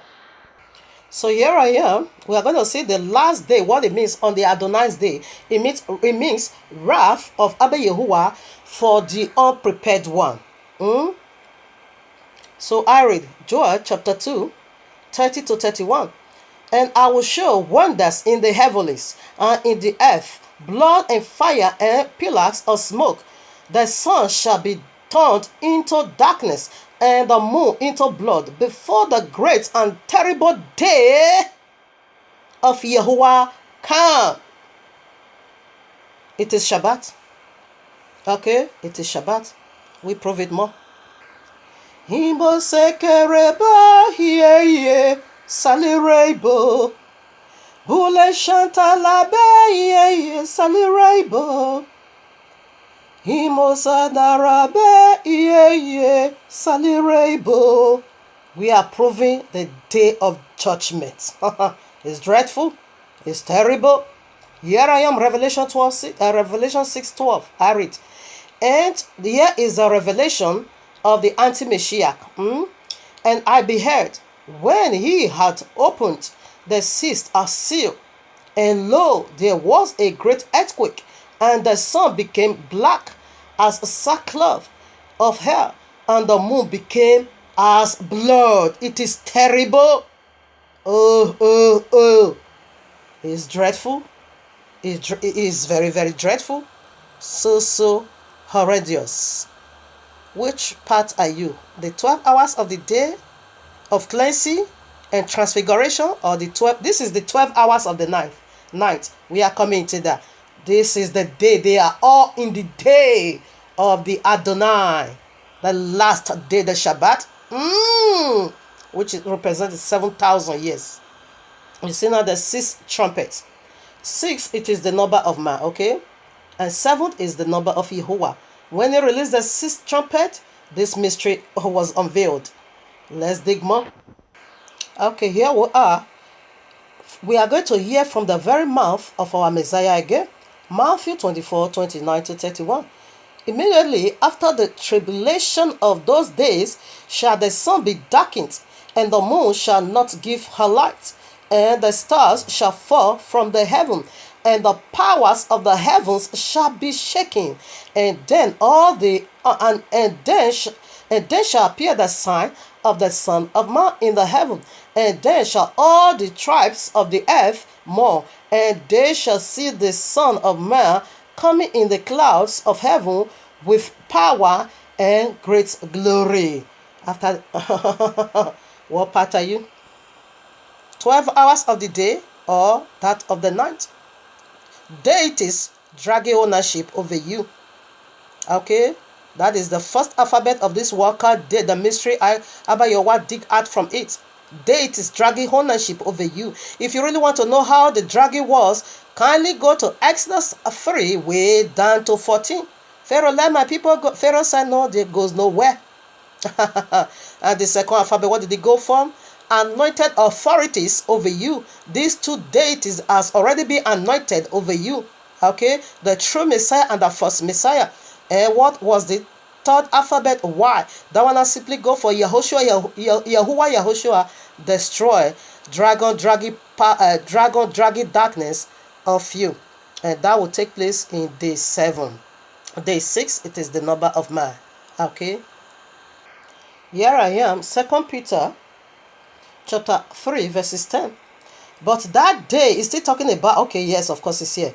But that day of Adonai will come as a thief in the night, in the which the heavens shall pass away with a great noise, and the elements shall melt with fervent hot.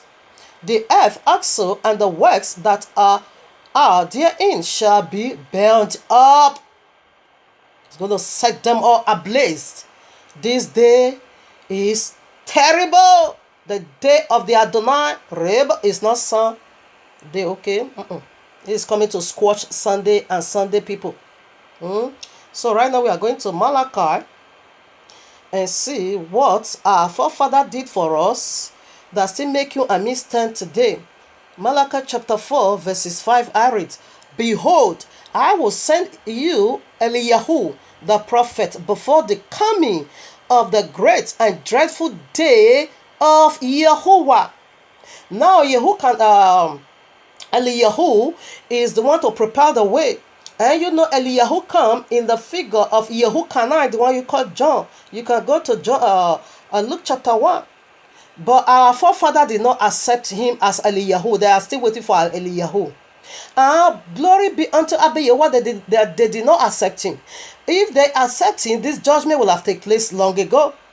It would have just taken place long ago, because Eliyahu is to come to prepare, us before this great day. Okay, but because that was what Messiah said, he said, if you will receive him, Eliyahu was prophet, John the Baptist, Yahuah'S was Eliyahu. He said Eliyahu has already come, but you did not accept him. So that is why he's coming back again. That is the two witnesses in Revelation 11. That is why he is coming back again to do his job in this last day, to prepare you and me to receive our Messiah before the judgment will follow. That is the job Eliyahu. It is to please the forerunners of Mashiach, just as a best man of the groom. That is the part of Eliyahu. But Eliyahu first of all came over 2,000 years ago, but my forefather refused him. But glory unto Yahuwah that they refused him, because assuming they refused him, this judgment will have taken place long ago. But because they did not receive him, therefore that now postponed judgment till the last day. Abba Yehovah gave another 2,000 years. Because Abba Yehovah is holy, cannot stand iniquity. He wanted to do away with iniquity worker. But because our forefather refused him for prophecy to be fulfilled, they did not accept him. So with that simple reason, judgment was postponed. Till this very moment. For you and me to put our house in order. Okay? We are already in the 6,000 years. Now we are in the moment, or in the period of delay. Abba Yehovah said in Genesis, Bereshit 15, 13 to 15, he said to our forefather, Father Abraham, he said, you are going to be having offspring of your own, but they are going to be misled in another man's land for 400 years. Now when you go to Exodus 12, 41, you will see that Abba Yehovah delayed with 30 whole years. They came out from the land of bondage after 430 years. According to historians, they also said Babylonian exile or bondage also delayed with 4 years. Abba Yehovah also gave a prophecy that they are going to be enslaved in the land of Babylon for 70 years. But according to historians, they now also said that they came out at the end of 74 years. Even though I couldn't verify that, but I believe it, because some Abba Yehovah delay his wrath. He delayed his judgment. Okay, so we are already in the 6,000 years, but he still delays judgment to see if the human being will convert and come to the knowledge of truth. That is why it's delaying now. We are in the delay period. We are in the moment of delay. So we don't know how this delay is going to last. Whether it's going to last for 10 years, 20 years, 30 years, we don't know. But the first exile, because he said we are coming into bondage again, he said that we are coming back to Babylon again, we are going back to Egypt again, as he prophesied in Deuteronomy 28. He said that will be the last exile or last bondage we are going to go. It's after that we will not go into bondage anymore. So we see the first bondage in Egypt, he delayed with 30 whole year. So we don't know whether it's going to also repeat that same act again with a delay for 30 whole year again. But for a certain, 6,000 years complete already. So we don't know how long this delay is going to take. Whether 10 years, 20 or 30, we don't know. Okay. So we are dealt with the 12 hours of the day. Is his authority, okay? Governorship. And we see what day is. It is Shabbat, the last day. That is where the resurrection is. The last day of creation. It is Shabbat. Okay. There we have it already. And we also see the other versions of his day. It is dreadful. And we bless our forefather that they couldn't accept Yahuah'S as Eliyahu. Okay. That is why judgment is being postponed to these last days in the 7th. So right now we are going to see the 12 hours of the night authority, deity's authority, okay? Point 2. The 12 hours of the night, darkness, deity, authority. That is what we want to see now. We obeyed the point 1 already.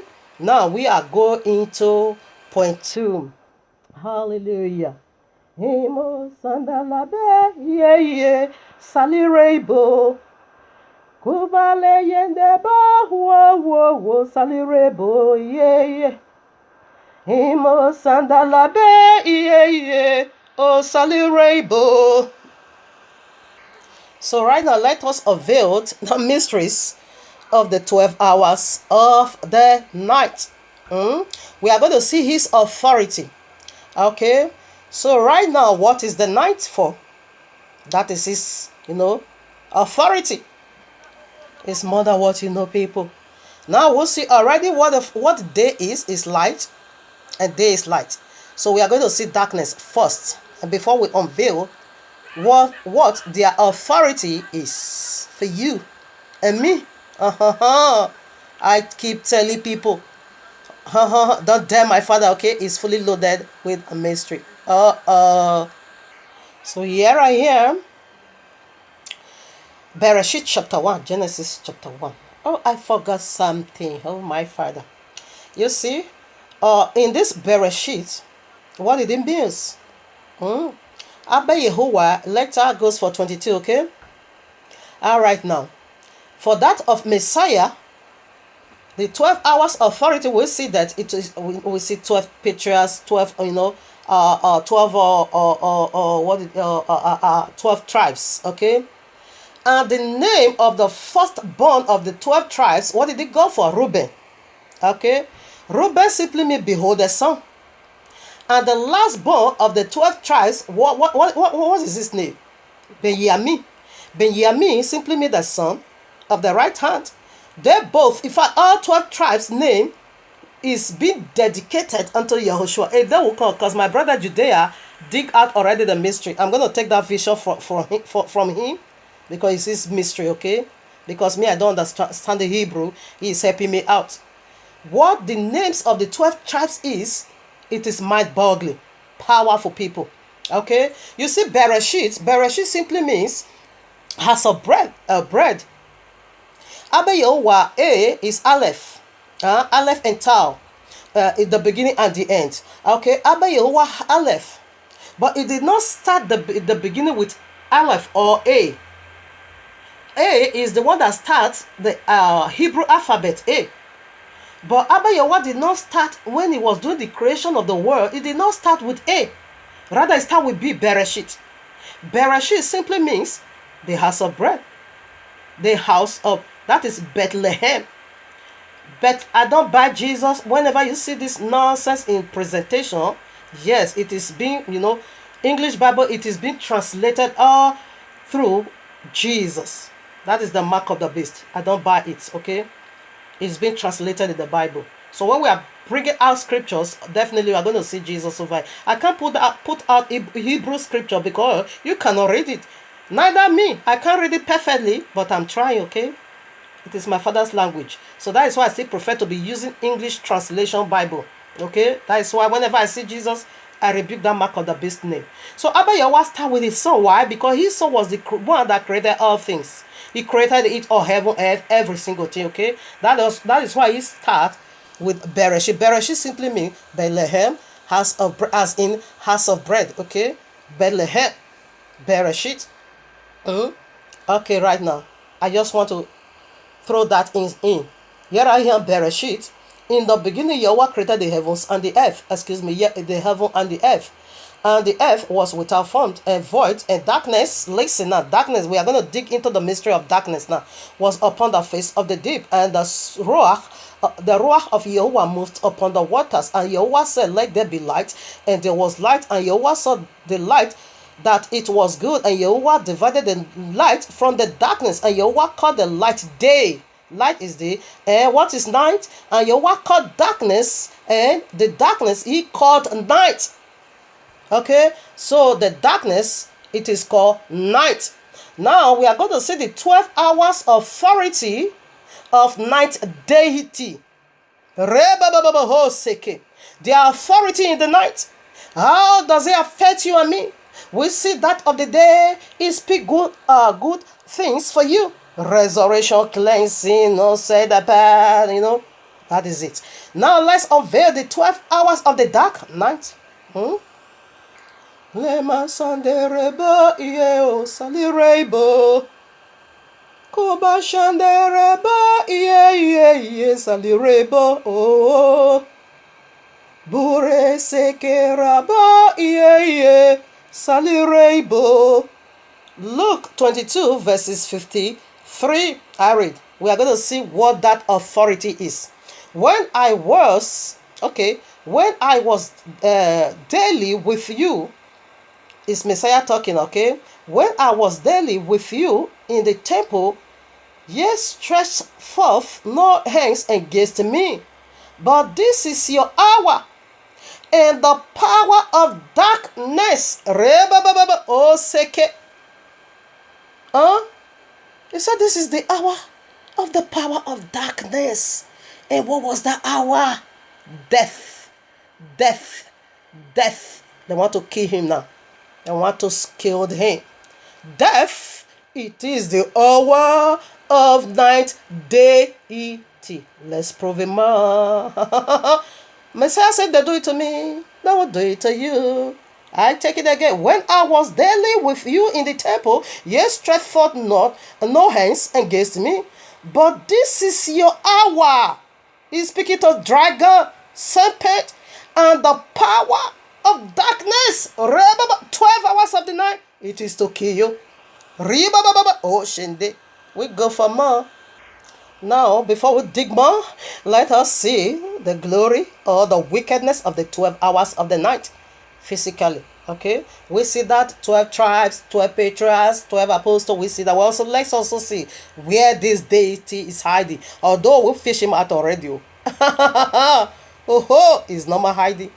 He could be hiding to you because you don't know who is the authority of the 12 hours of the night. So let me first of all call it out. Okay, Islam 12 imam, 12 princes. Christianity 6 cities, and K 6 generation. Right, together we get 12. So right now, let us first of all see, before we dig into the mysteries of 12 hours of authority. Now, 12 imam. Islam have 12 imam, and they have 12 princes as Yahuwah has prophesied it. And Christianity, the children of Keturah, also have 6 cities. And K, their progenitor, was being taken down in the through the hand of his assist generation. His assist generation killed him. So we'll prove this. Let us first, so that you will get the mysteries of what I'm about. What Abba Yahuwah is about to make known unto it is mind-boggling. He breaks me down. I said, wow. When he began to deal, oh my Father, deal with me in this subject, I was broken utterly. So right now, let us first of all go into the promises. Bereshit chapter 16. I will take it for 7. You can take it from 1 to where? 1 to 12 or so. Yes, 1 to 12. But I'm taking it from 7 for the sake of time. This is the promises made unto Islam progenitor. And the angel of Yahuwah found her by a fountain of water in the wilderness, by the fountain in the way of Shur. And he said, Hagar, Sarah's maid, whence comest thou, and where wilt thou go? And she said, I flee from the face of my mistress Sarah. And the angel of Yahuwah said unto her, return to thy mistress, and submit thyself under her hands. And the angel of Yahuwah said unto her, I will multiply thy seed exceedingly. This is Messiah talking. Angel don't make a such claim. Angel don't say I will multiply your seed.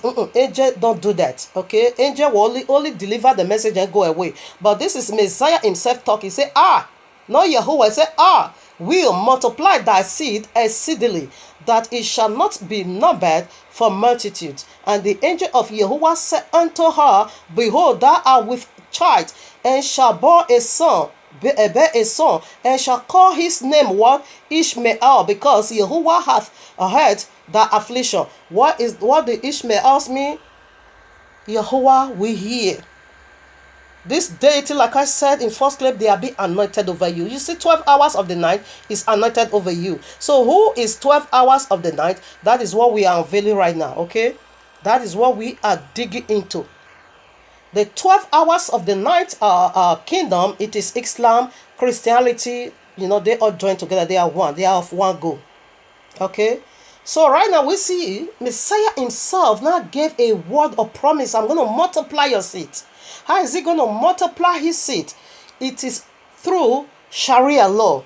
All families, all nations of the earth, they are going to be converted to Islam. I forgot some verses. No, I won't do away with that. I want to show you where he gave them that promise. Multiply that seed. Okay. Now I read level 16:11 now. And the angel of Yahweh said unto her, behold, thou art with child. Okay, I read 11 already, then I read 12. And he will be a white man. His hand will be against every nation. Ishmael's hand is going to be against every nation. Every nation hand will be against him. And he will dwell in the presence of all his brethren. Christian is his brethren. Synagogue of Satan, unbeliever, atheist, they are all his brethren. Okay?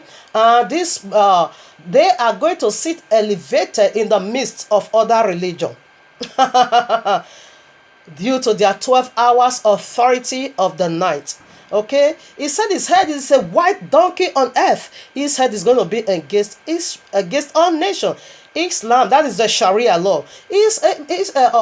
Ishmael was still in the belly when Messiah himself brought out what kind of child Ishmael will be on earth.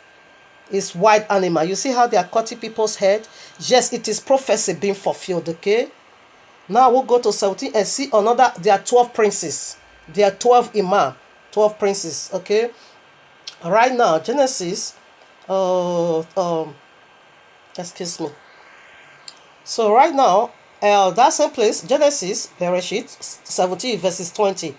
These promises, it came from Abba Yahuwah himself. That is why I believe every single thing about Sharia law. I don't play games at all with it because I know it is true. It will definitely come to pass. It is the great tribulation. I read. And as for Ishmael, I have heard thee. Behold, I have blessed him, and will make him fruitful, and will multiply him exceedingly. He repeated it here again. 12 princes shall he begot, and I will make him a great nation. You playing games? Fighting for 4 private jets. 12 princes. And today we'll see this scripture is already being fulfilled. They have 12 imam. So let's see that side of Christianity, because Abba Yahuwah don't have covenant with the Christendom. That is why he's going to wipe them all away straight to Islam. But with Islam, Abba Yahuwah have covenant, strong one, which can never be broken. It can never be broken. They will rule. They are going to rule, okay, for 1,000 years. But great tribulation will last for 42 months to convert the entire world to Islam, or you die. Abba Yahuwah gave that promise. He will fulfill it. Because that is the authority he gave unto them. He won't do away with it at all. So what are we digging into? Into the 12 hours of the night, darkness, deity, authority. I forgot to include this. You found that 12,000 sealed from every single tribe, okay? Number 12, it is, authority of the both sides. Yahushua got 12 hours authority, 12, 12, 12. And the Sempet also have likewise, which is, Jesus' family. So here I am in the book of Yeshua. We are digging into the 12 hours authority in Islam. We see 12 princes already. We see here on earth, they have 12 imam. So right now here I am in the book of Yeshua chapter 25. Joshua 10:13 make references to the book of Yeshua. 2 Samuel 1:18 make references to the book of Yeshua, and 2 Timothy 3:8 also make references to the book of Yeshua. It's our book, okay? So I read now from verses 1. The book of Yeshua 25, I read from verses 1. And it was at that time that Abraham again took a wife in his old age, and her name was Keturah. You can also see this account in Genesis 25 or so. from the land of Canaan. She was a Gentile woman. And she bore unto him 6 sons. Okay? 6 sons. And the okay, excuse me. Now verses 6. And Abraham sent all the 6 sons Keturah bore him. He sent them all away from the family. And Abraham sent sent these away, all away. And he gave them gifts, and they went away from his son Yeshua to dwell wherever they should find a place. 7. And all these went to the mountain at the east. That is why the Christians don't worship sun, because they came from east. That is where they were being driven to. And all those went to the mountain of the east, and they built themselves 6 cities, in which they dwell unto this day. They are still in their land of their progenitor, because they were being driven to the east. He said, when you go to Ezekiel 8, is Sunday is there, but it's the greatest abomination. Verses 30 to 16. He said they now turn their face to the east and they now worship the sun. So it is in their DNA, because their house is in the east. That is why they are still worshiping the east, the sun. Okay, right now we'll go for that of Ishmael. Okay, now read now verses 14 from that same chapter. And these are the generations of Ishmael, the son Abraham, whom Agar, Sarah's handmaid, bore unto Abraham. So 19 now. Where is it? Verses 19. These are the sons of Ishmael, and these are their names. Okay now. Okay, take it again. These are the sons of Ishmael, and these are their names, being 12 princes. Being 12 princes according to their nations, and the families of Ishmael afterward spread forth. And Ishmael took his children and all the property that he had gained, together with the souls of his household, and all belonging to him, and they went to dwell where they should found a place. 12. This is their 12 hours of darkness authority. So right now we'll go for more. To that of Cain. The 6th generation of Cain took that Cain. Okay. Okay. We'll see that more. Cain was killed in this in his 6th generation. We'll prove that more when we come to the, I think the last point, or the last point or so. Yeah, that one is in the last point. Okay, now Genesis 4:17. And Cain knew his wife, and she conceived and bore Enoch, and builded a city, and called the name of the city after the name of his son Enoch. Listen, I want to count 6th generation. Okay, Cain died, and his 6th generation took him down. And unto Cain was a burr, Arad, and Arad begot Mehujael, and Mehujael begot Methuselah, and Methuselah begot Lamech. Count for yourself, 6th generation, but I will prove it more in the last points. Okay, so his 6th generation took him down.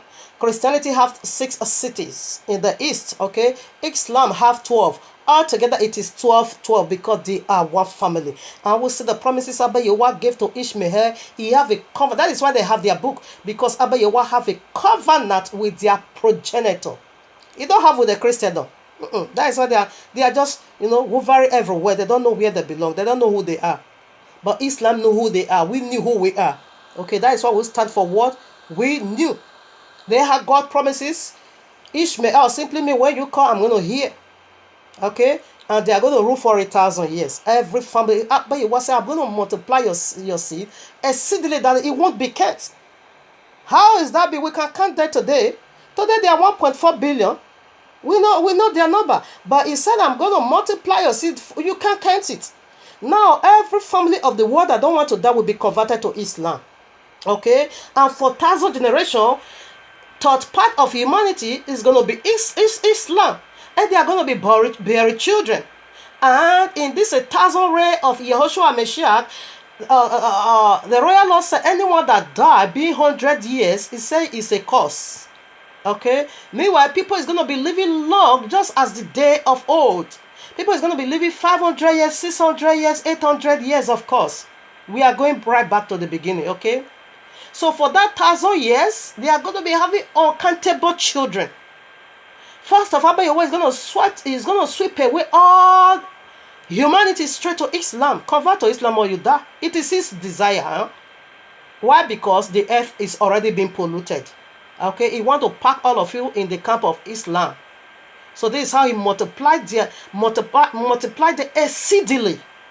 And for 1,000 years, they are going to be having uncountable children, because now every family of the earth is Islam.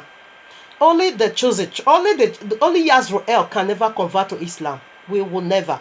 Okay, we will never, because our Messiah is already here. We enter the Ark of Noah. But Islam, they are going to convert the entire world. That is the authority of 12 hours of the night. So let's keep proving it. So when you read Daniel now 2:43, you are going to see said that this deity, this fallen deity, which is the dragon and the serpent, dragon, the serpent, devil, the Jesus, dragon is the serpent, is the Allah. He said they now mingle themselves with the seed of men. Okay, Daniel 2:43. Also Revelation 13, they mingle themselves with men, with the work of day 6.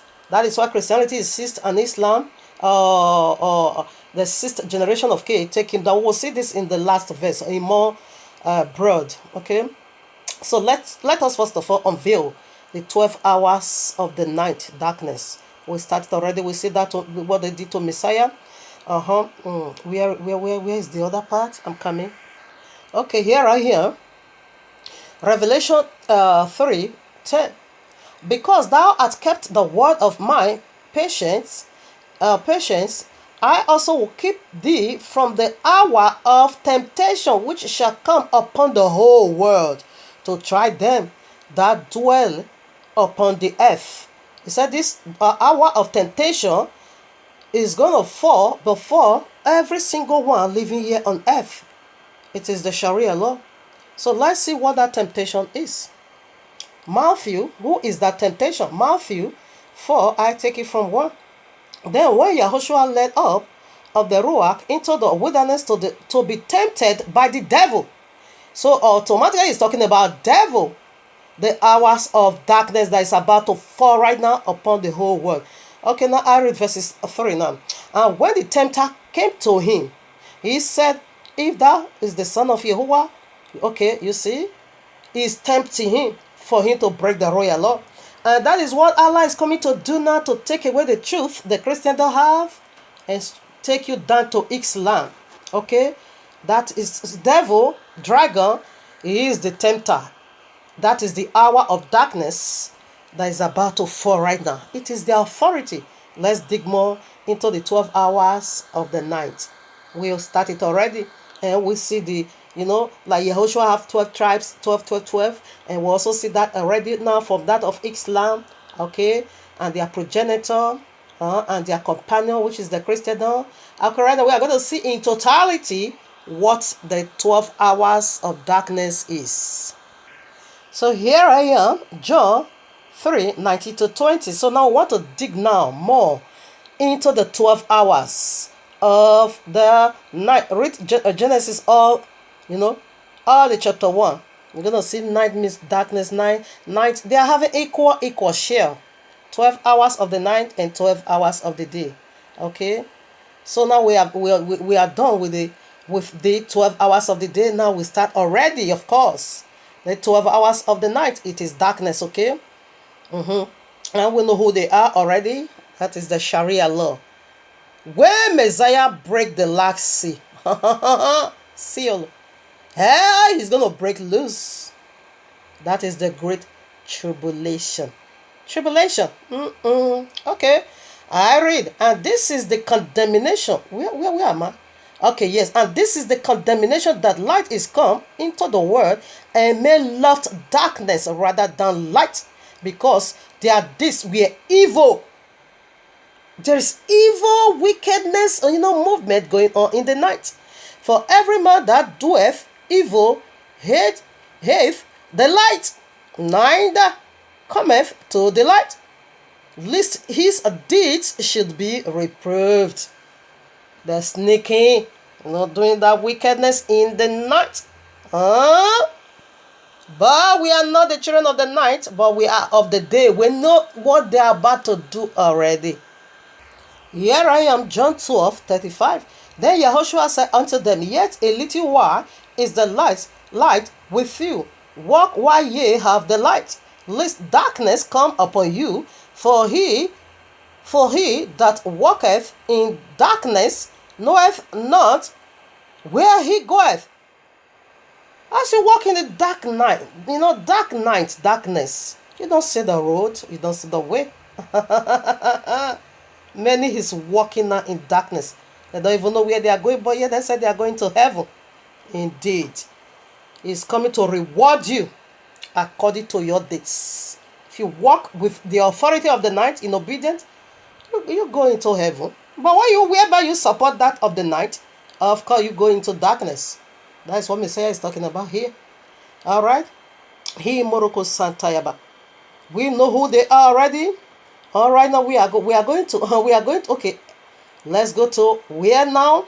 Yeshayahu 5 verses 14. So we want to dig. We want to first of all, just shower the ground before we hit it one time. Pam. Therefore, you will know what we are digging into. You will know what we are talking about. It is very terrible. So here I am. Yeshayahu 5:14. Therefore, hell hath enlarged herself and opened her mouth without measure, and their glory, and their multitude, and their path, and that rejoice shall descend into it. He said, as we are talking now, hair already enlarged his mouth, okay, to receive many people. He said it is their glory. It is their authority, in another words. It is their joy to destroy souls. The 12 hours of the night, it is dreadful. So right now, let's hit on it. Here I am, Revelation 17:17. So we want to know, like in the first clip, we see that they Yahuwah anoint them over you. These two deity. The God they anointed from Yahuwah, okay? Revelation 17:17, I read, For Yahuwah hath put in their hearts to fulfill his will, to agree and give their kingdom unto the beast, until the words of Yahuwah shall be fulfilled. It said Yahuwah is the one that put these things into their hearts. Muhammad came with Quran, of course. Yahuwah put it in his heart. He said they are going to convert the whole world to Islam. Why are they going to convert the whole world to Islam? They said both the Christian and we the people of the book, they said we corrupt the Bible. The Bible is corrupt. The Bible is no more good. Okay, that was what Allah sent him with Quran. Okay, so that we all, everyone will convert to Islam. But if you don't, your hair will be, cut off. It's like the days of Noah. But as we just see, it is not Allah. When this destruction begins to occur, don't shout Allah Kubaru Muslim, because it is not Allah. It is Yahuwah doing it. He ordained you, because it is the flood of Noah. I says Islam, they are the flood of Noah. We will see that more in the last point. Again, I don't buy this nonsense Jesus Christ of Christians from the link of fire. It is translation. I don't buy it, okay? This white Jesus again. This white Messiah again is another lie told. We are going to see that in the mystery of the serpent. It is another lie told. Messiah is a black man. That is not my message. I feel like throwing it into it, because you will find it in my presentation. Then you will know I'm not into at all. It's a lie. So right now, let's go more. Revelation again. Now, Abba Yahuwah said he is the one who put these things in their mind. It's in Quran. Sharia Allah Mahadin. And it's also in our book. And Abba Yahuwah says the one who did it. He gave them a word. He gave them a promises, okay? To rule the whole world. Convert the whole world to Islam or you die. If you don't convert to Islam, you are a gunner. I read. And the fifth angel sounded, and I saw a star fall from heaven unto the earth, and to him was given the key of the bottomless pit. And he opened the bottomless pit, and there arose a smoke out of the pit, as the smoke of a great furnace, and the sun and the air was darkened. Islam is about to darken the whole world. That smoke, it is Quran. Darkened by the reason of the smoke of the pit. I'm coming right back here. Abba Yahuwah gave the key. Unlock, open the bottle. That king of the bottomless pit, it is called Abadidon, which simply means the destroyer. In Hebrew, Abadidon in Hebrew means angel of death. In Greek, Apollyon, you will also see him there, simply means the destroyer. In Exodus chapter 12, until 27, you will see Abba Yahuwah send the destroyer, the Abadidon, the serpent, the dragon, the fallen seraphims. He is the one who slaughtered every firstborn of the Egyptians. And he's coming. Horrible creature. Horrible creature. Is coming from the bottomless pit. Resurrection of the wicked to convert you to Islam. The fallen seraphims, they are on their way for you. Or you build your ark. We are unveiling it. The mystery of the 12 hours of the night. So now so much has been said. Himoseke Rabba Iye Salirebo Bulu Shantayeba Kurilaba Salirebo Himosanda Labe Iye Salirebo. What is the 12 hours of the night? The 12 hours of darkness, what does it represent? It represents death. Let me tell you now how it is already working in you and me. Every night you go to sleep. That is the authority of death. That is natural death. That is temporary death. That is their authority. This deity authority in the night, it is the very power that puts you to sleep. It is the power that takes you to bed in the night because they want to kill you. It is the authority of death. Every man sleep in the night. That is the symbol of them, of their death. Just as a fire is a symbol of the link of fire. Abba Yahuwah gave us that simple example for you to know how horrible, horrendous the link of fire is. You can't handle it. Therefore, put your house in order. That was why the physical fire is being given to you and me as an illustration of how terrible the link of fire is. You won't tangle yourself with that. The same with a night sleep. It is the authority of the 12 hours deity of the darkness. He used that power of death to put you to sleep. When you sleep now, do you know where you are? Do you still think about your money in your account? Do you still think about your house? Do you know where you are? Do you know what is going on? Do you know the power that put you to sleep? Do you know where you are? Do you know what is gonna you don't know absolute. You don't remember nothing. It is the picture of death.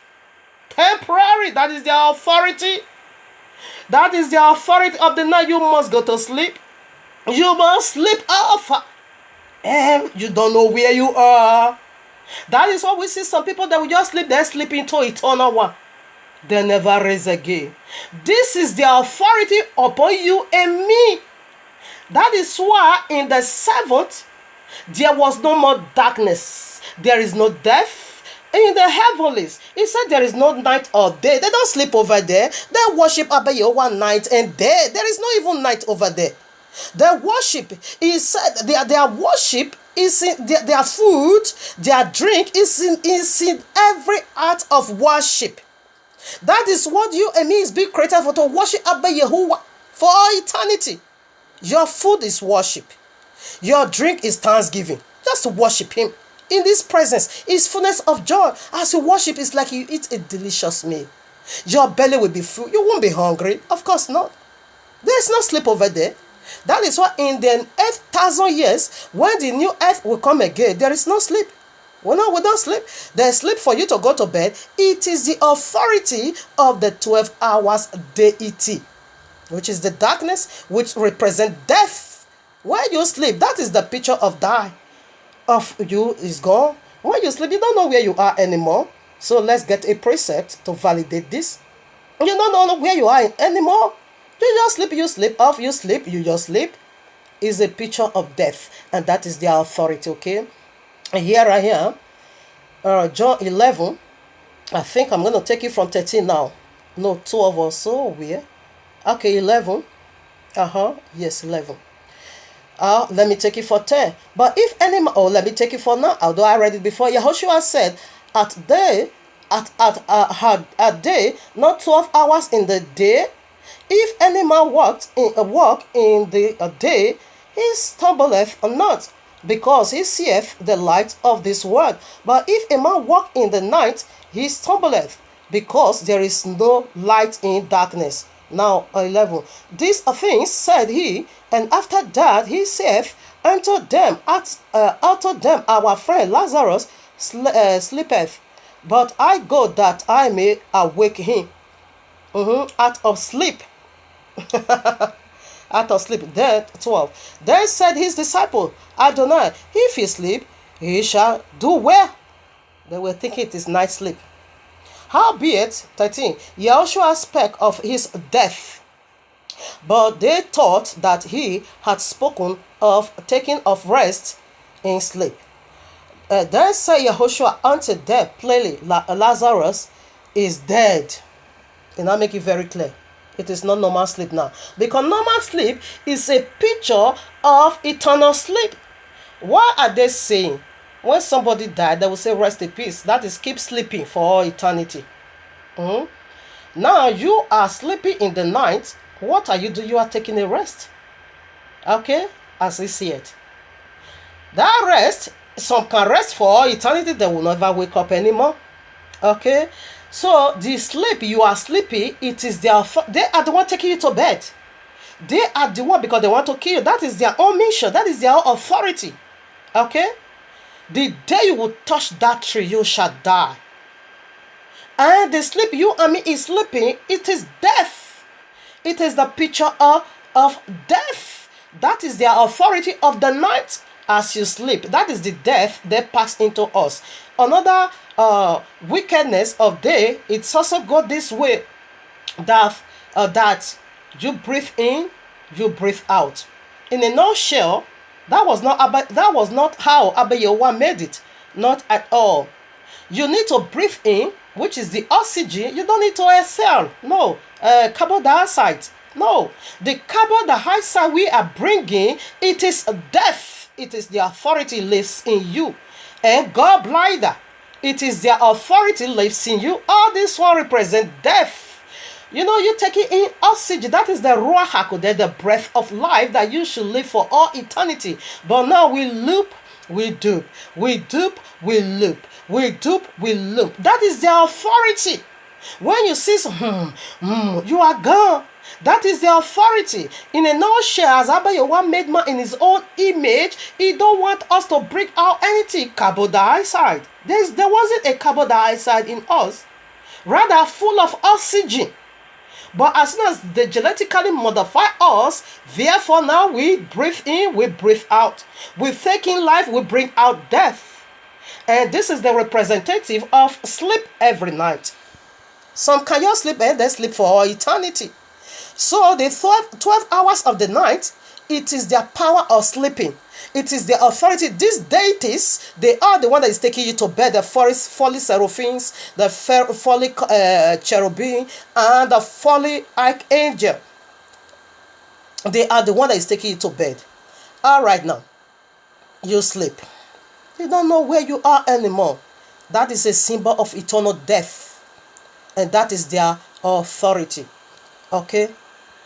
Here I am, 1 Corinthians 11:29-30. I read, "For he that eateth and drinketh unworthily eateth and drinketh damnation to himself." That is when you take the royal or the body of Messiah on a worthy man. Say you eat to death, to destruction. Not discerning the Adonai's body. Okay, now 30. "For this cause many are weak and are sickly among you, and many sleep." Many sleep. That sleep is also talking over there. It is death. Because when you eat Messiah body on the worthy man, is bringing death of destruction to you. It said many sleep. Many is sleeping already. That means death. Okay. So here I hear Matthew 13:24. "Another parable put he forth unto them, saying, The kingdom of heaven is likened unto a man which sowed good seed in his field. But while men slept, his enemy came and sowed tares among the winds, and went his way." While man slept, where did man slept? In Genesis 3. Our forefather Adam and Kawa, they slept. That is, the dragon killed them. The dragon do away with the first, system of the early governorship. He ended over there. He abolished the law. He killed them. That is why he killed them. They fall asleep. While they fall asleep, the evil one came to say, so what? Tails. He came to sow the seed of serpent. Serpent sow his seed, which is Cain, of that wicked one, the very progenitor of every unlawful bed, the Islam, the Christian, the synagogue, and pagan. Okay? So why man fall asleep? Slept simply means death. And that is their 12 hours authority to kill you. And the symbol, they are the one taking you to bed. Okay? And Messiah said, why man sow a good seed? Who were the good seed? The good seed will not be because they killed Abel. Therefore, Abel died. The good seed is going to be now Seth. He was the good seed. Then serpent also sow his seed, the tails, which is the children of the serpent. Okay. What was good over there? The feed is simply represent the whole word. Of course, the feed is the, as you keep reading, you will see the feed is the word. Okay. The good seed. We once were a good seed. Okay. Abayawa in the 6th job, or in the 1 to the 5 job, he said good. But when you now come to the 6th job, he said very good. We being his own image, we are very good. Until tells we are being sold into us. Until death, we are being sold into us. Okay, which is the offspring of the serpent. So there are 12 hours of the day. It simply go for night, death. And that is the sleep you are sleeping. Be careful so that you don't sleep and sleep for all eternity, okay? It is their authority. And Abba Yahuwah gave it to them. Why? Because the whole world is already being polluted. Therefore, he gave it to them. Now, but somehow the 12 hours of the day is still interrupting the 12 hours of the night authority. Okay? That is why when you are sleeping, because this deity, they are the one to put it to bed. Their authority that will make you sleep is simply represent death on you. But the authority of the 12 hours of the day simply means resurrection. Every day you are resurrecting in your spirit. As you wake up, Messiah woke you up. You are being resurrected. Okay? Except if he also want to handle you to their will, you will just sleep, you sleep off. That is death. Okay? Now, he in his mercy, he is working with us in the night so that we don't just sleep for all eternity. He interrupts the 12 hours of the night deities. Okay, but the 12 hours of the night deity is also interrupting Messiah in the day. Okay, that is why when you go to, I think it's Psalm Tehillim, which is Psalm 126, it says Yahweh never sleep nor slumber. In heaven there is no sleep over there, we don't die. But here on earth, yes, of course, as soon as you go to bed every night, you die, you wake up. You die, the wicked spirit power of night authority put you to death in the night. As you sleep, you're dead.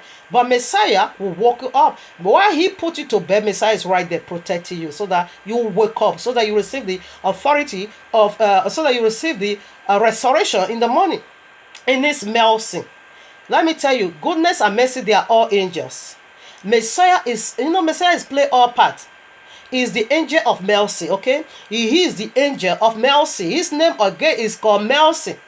Okay, according to the book of Yahuah'S chapter 23, we see over there when Father Abraham really wanted to slaughter Yeshua, the angel of mercy now stood on his feet and now began to intercede and speak it to Abba Yahuwah. When Abba Yahuwah, as that wickedness took place in Genesis 3, Abba Yahuwah wanted to do away with the whole thing. But this angel of mercy now stood in the gap for you and me, and I said, Father, don't do that. I will take their blames upon myself. I will come and die for them. Just like a rich man having just one son, begotten son, imagine he will leave his own palace and go into Libya and begin to suffer with his brethren. That was what Messiah did for you and me. He denied that glory in heaven because he is mercy and came down here on earth to die for you and me and take our blame. He took our blames, our sin upon himself. Okay? Because he knew his father is not going to abandon him into this dark world. He came into this world. He also passed through death, of course. That 33 years, he slept every night. He was also going through all. He was having gallbladder in his heart, of course. He was also, taking in and taking out, bringing in oxygen and carbon dioxide. He was also, he went through, he became all things. He is the husband, he is the father, he is a redeemer, he is our brother. He said he is not ashamed to call us brethren. He is our friend. He said we are his friend. Okay, Messiah became all things. Okay, so this was how he stood in the gap, right in Genesis 3. Father, you create me, you create the whole world through me. Don't do away with these people. I will take their blames upon myself. That was how he did it. He's an angel of mercy. He is mercy. He said goodness and mercy. His father is good. No one is good but who? Yahuwah. Matthew 19, verses 16. You're going to see over him alone is good. In another word, goodness and mercy shall follow you all the days of your life. That is Yahuwah, Yahushua shall follow you all the days of your life. In the book of Yeshua, the angels of mercy now stood in the gap and began to intercede for Yeshua and say, don't kill him. Don't do this. Don't do that. Okay? So he's an angel of mercy. So that angel of mercy is the one standing, watching over you as this wicked deity 12 hours of the night put you to bed. He himself is right there watching over you so that you don't sleep off eternity. In the morning will wake you up. That is his mercy. Isaiah 63. So yes, verses 8 to 9. He said, what did he say? He said, in his mercy, he carried us all the ways of old. In this mercy, what was the ways of old? In Genesis 3. Why this deity killed our forefather, he was right there in his mercy to bring us back to eternal life. Okay, where we will stay and we will not bring out any more carbon dioxide. Okay, or gallbladder will not work anymore in our heart. Okay, so this is the mysteries of the 12 hours of the night. As you sleep tonight, of course, they put you to bed. They want to kill you. But in the morning, angel of mercy is standing right beside you. In the morning, it will wake you up. Okay? Like I said, before we go into the third point, when this destruction is going on here on earth, no Allah Kobaro. Okay? Allah is not Kobaro at all in this matter. In this matter, Allah is not Kobaro nowhere. It is Yahuwah Kobaro. Here I am, Yeshayahu 29 verses 10. Let's see one more proof of sleep and the authority that Yahuwah is the one that anointed them to carry out this mystery. I says it is Yahuwah weapons of judgment to flush away. They are the flood of Noah.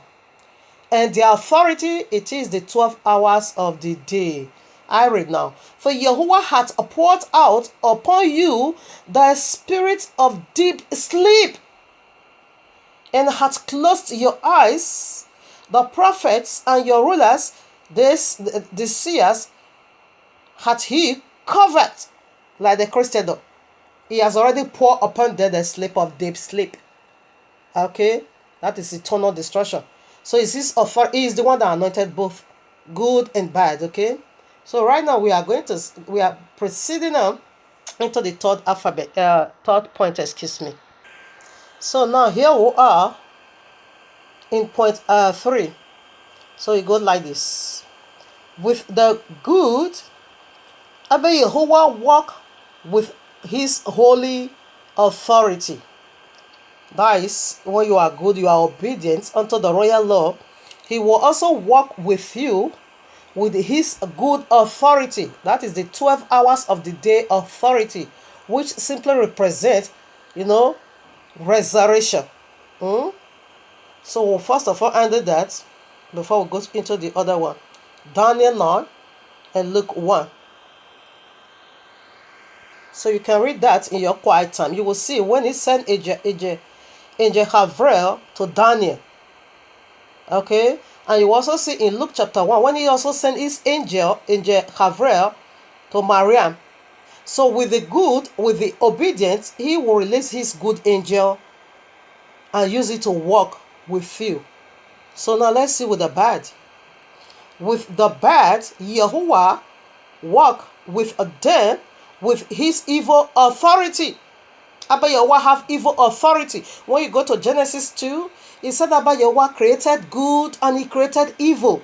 When you also go to Yeshayahu, Isaiah 45, verses 7 or so, Abba Yahuwah said, I created good and I created evil.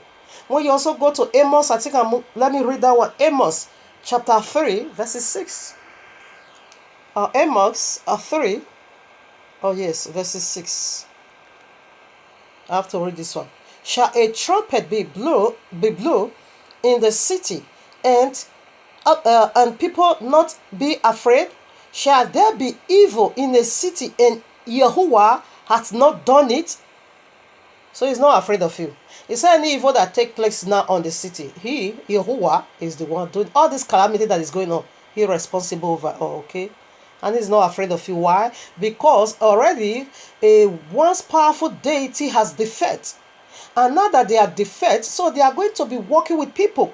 So when you are obedient unto him, he will release his good angel. But when you are bad, he will release his evil authority. He have evil authority. Okay? So right now, let's prove that. So here is why he is sending his evil spirit to you now. Yet, I read, Judges 10:30, yet ye have forsaken me, and served other gods. Wherefore, I will deliver you no more. Go and cry unto the gods which ye have chosen. Let them deliver you in the time of your tribulation.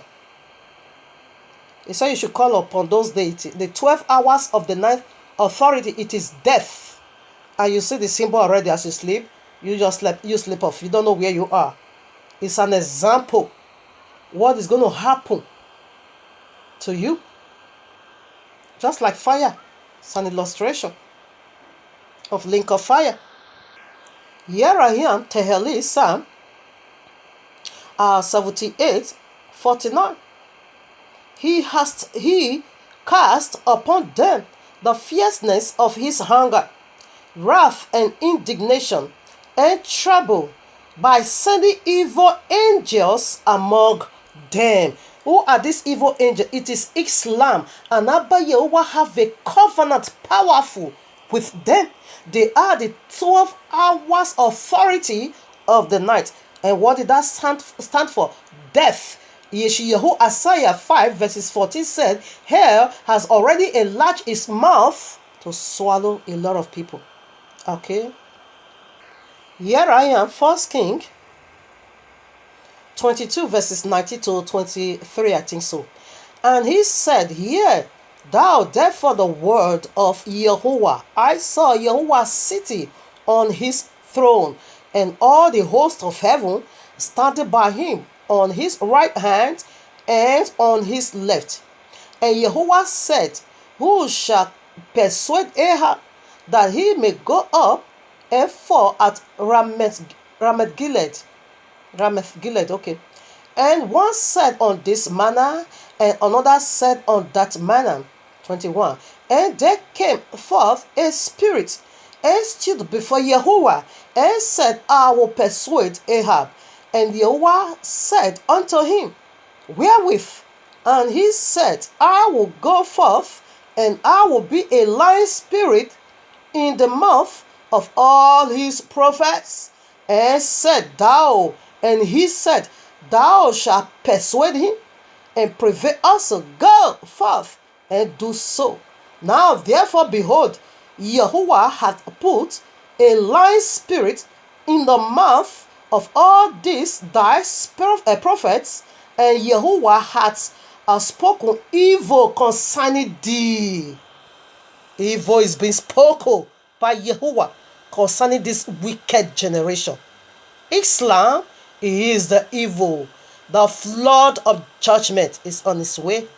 Put your house in order, or get ready to be beheaded. When the forces are smart, is being released in Revelation 6, it's going to break loose. And humanity, evil has already been spoken against this wicked generation to wipe them all out. Now let us get this picture clear also in the New Testament, so that you shouldn't be saying that was old. You know, Jesus know how to abolish things. He abolished it. Now, but he didn't abolish the New Testament, isn't it? All right now. So let us also go there. You are playing with fire. Repent and put your house in order. That is the nature of this segment, okay? I read 2 Thessalonians chapter 2, verses 7 to 11 or 12. For the mystery of iniquity doeth already work. Only he who now left will let until he be taken out of the way. Now 8. And then shall that wicked be revealed, whom Adonai shall consume with the spirit of his mouth, and shall destroy with the brightness of his coming. The brightness of his coming simply means his glory. This wicked spirit, they are not going to stand his presence. Check it out. All that really saw King Yahushua in his glory, they all fall down. They all fell down as though dead. And his glory, his presence, when he appears, is going to consume the wicked spirit of anti-Mashiach, of us. Okay? That is what he says. He will consume me. It's going to destroy him with the brightness of his coming. This wicked spirit, Mahadi, it can't stand the presence of Yahushua. No. No. Even him whose coming is after the working of Satan with all power and signs and lying wonders, and with all deceivableness of unrighteousness in them that perish, because they receive not the love of the truth, that they might be saved. That is the Christendom. And for this cause, listen now, 11. And for this cause, Yahuwah shall send them strong delusion. Jesus is strong delusion. And you receive it already. Strong one. When we are pointing Jesus is the mark of the beast, they will say, what? You don't see the miracle he's doing? You don't see his miracle? Strong delusion. That they should believe a lie. It is Abba Yahweh that is doing it. He said, let me take it again. 11, 2 Thessalonians 2:11. And for this cause, Yahuwah shall send them strong delusion. It is a very strong one, okay? That they should believe a lie. That they might be destroyed, who believe not in the truth, but had pleasure in unrighteousness. You reject this Shabbat. You reject the royal law. All his feasts, his name. You said, no, that one is not good for you. Now he has given you a strong... He said evil has already been spoken you concerning you these days. Evil is on its way. It is the Islam. Okay? Now we proceed to the last point. They are the 12 hours authority. Please make sure you listen to part 1. In order for you to get the fullness of this segment, just listen to part 1 and watch the part 2. Then you know how to put your house in order. Then you know that terrible, terrified creature is about to come from the bottomless pit. There's fallen seraphims. The Abadidon, the destroyer, the waster, the Leviathan is on his way come you to destroy third part of humanity. Now the very last point. I'm so glad. I'm about to be done. Point 4. Sevenfold vengeance on whosoever kill Cain. Sevenfold vengeance upon whosoever that killeth Cain. So that vengeance is the Sharia law. Okay, sevenfold vengeance is already in the house of the Gentile because the sister from Cain killed Cain. Okay, Abba Yahuwah himself gave Cain mark of the beast. He himself, because Cain became mark of the beast, because and he's a seed, because Cain it is the progenitor of every ungodly people. Cain is the seed of serpent. Therefore, Abba Yahuwah put the seal of his father upon his forehead. When you go to Genesis chapter 4, I read it before. Okay, he put it on his head. The day Abba Yahuwah revealed this seal of Cain, it was dreadful. I fell on my face down in that vision. It was so dreadful. When you go to Revelation 14, verses 1 to 5, you are going to see the mark, the seal of Abba Yahuwah. The mark Abba Yahuwah gave to us. It is his name, Yahuwah Yahushua. You will see it over there. And when you also go to Revelation 13, what mark? Whose mark on the mark of the beast is going to give it to anyone that refused the royal law? It is mark of the beast. The number of his name 666. It's not simple as you heard it. 666. This 666. What did it go for? It is the three mouth of these three fallen deities. This the fat deities. The seraphims is the serpent. It fell from glory. The cherubims, the covering angel. It is the devil, which is Jesus today. It fell from glory. The archangel, it is the group of Azazel. You can see that in Anuka chapter 8. The Azazel, they are the archangel like angel Michael. He fell from glory. The day Abba Yahuwah revealed this three mouth of this 666 to me, when I saw K and this three mouth, the mouth of the dragon was right there. The mark of the beast was right there, and the mark of the mouth of a man was three mouths on his forehead. When I saw this vision, I fell face down. A man took me there. He said, "Come and see," just as he said in Revelation. "Come and see. Come over here." I just followed him. When I see a giant man with three mouths on his forehead, he said, "This is K." I fell down, and I picked me up and put me on his back. I was not saying, "Please don't show a thing like this to me. It is so dreadful." He said, "I just want you to see what is the mark of the beast." And that is the mark Abba Yahuwah gave to Cain. The three mouths of these fallen deities. Cain, as the progenitor of all unlawful birth children, he got the mark first. Let me prove it. Here I am, Revelation 16. I take it from 12. And the sixth angel, everything of destruction has to do with 6 or 12. Okay, the sixth angel sounded a trumpet over here, and we saw what happened. Revelation 6, when the sixth seal also was being broken, and we saw what happened. Now the sixth angel poured out his vial upon the great river Euphrates, and the water thereof was dried up. A symbol of water also represent people. I can say this, where this beast was hiding, where this three deity was once hiding, Abba Yahuwah dried it up and revealed and exposed. They pushed them now to the Islam. It is Christianity. Okay, water as a symbol. You can see Revelation 17:1, Revelation 17 verses 1 and verses 15. Okay, therefore was dried up, that the way of the kings of the east might be prepared. What was the place of the Christendom? The children of Keturah from the east. Okay, now 13. And I saw three unclean spirits like frogs come out of the mouth of the dragon, and out of the mouth of the beast, and out of the mouth of the false prophet. For they are the spirits of devils working miracles, which go forth unto the earth, unto the kings of the earth and of the whole world. It did say some part the whole world. To the battle of that great day. Is he talking of day? We are talking about mystery of day. and the 12 hours of the day and the 12 hours of the night of Yahuwah Almighty. I don't know why you are so get carried away by this miracle of the Christendom, whereby the royal law make it so clear. This is the criteria that this miracle is it is of the beast, is of destruction. They don't say the miracle Jesus is doing. If Jesus don't do miracle, I tell you, I won't work for Jesus. I will take it as a normal thing and look for the beast. Where is it coming from?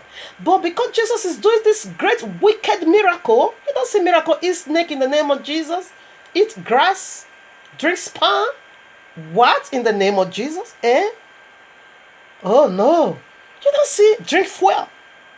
Go and eat grass, eat your weevil, eat your cloth. Snake is a spiritual chocolate.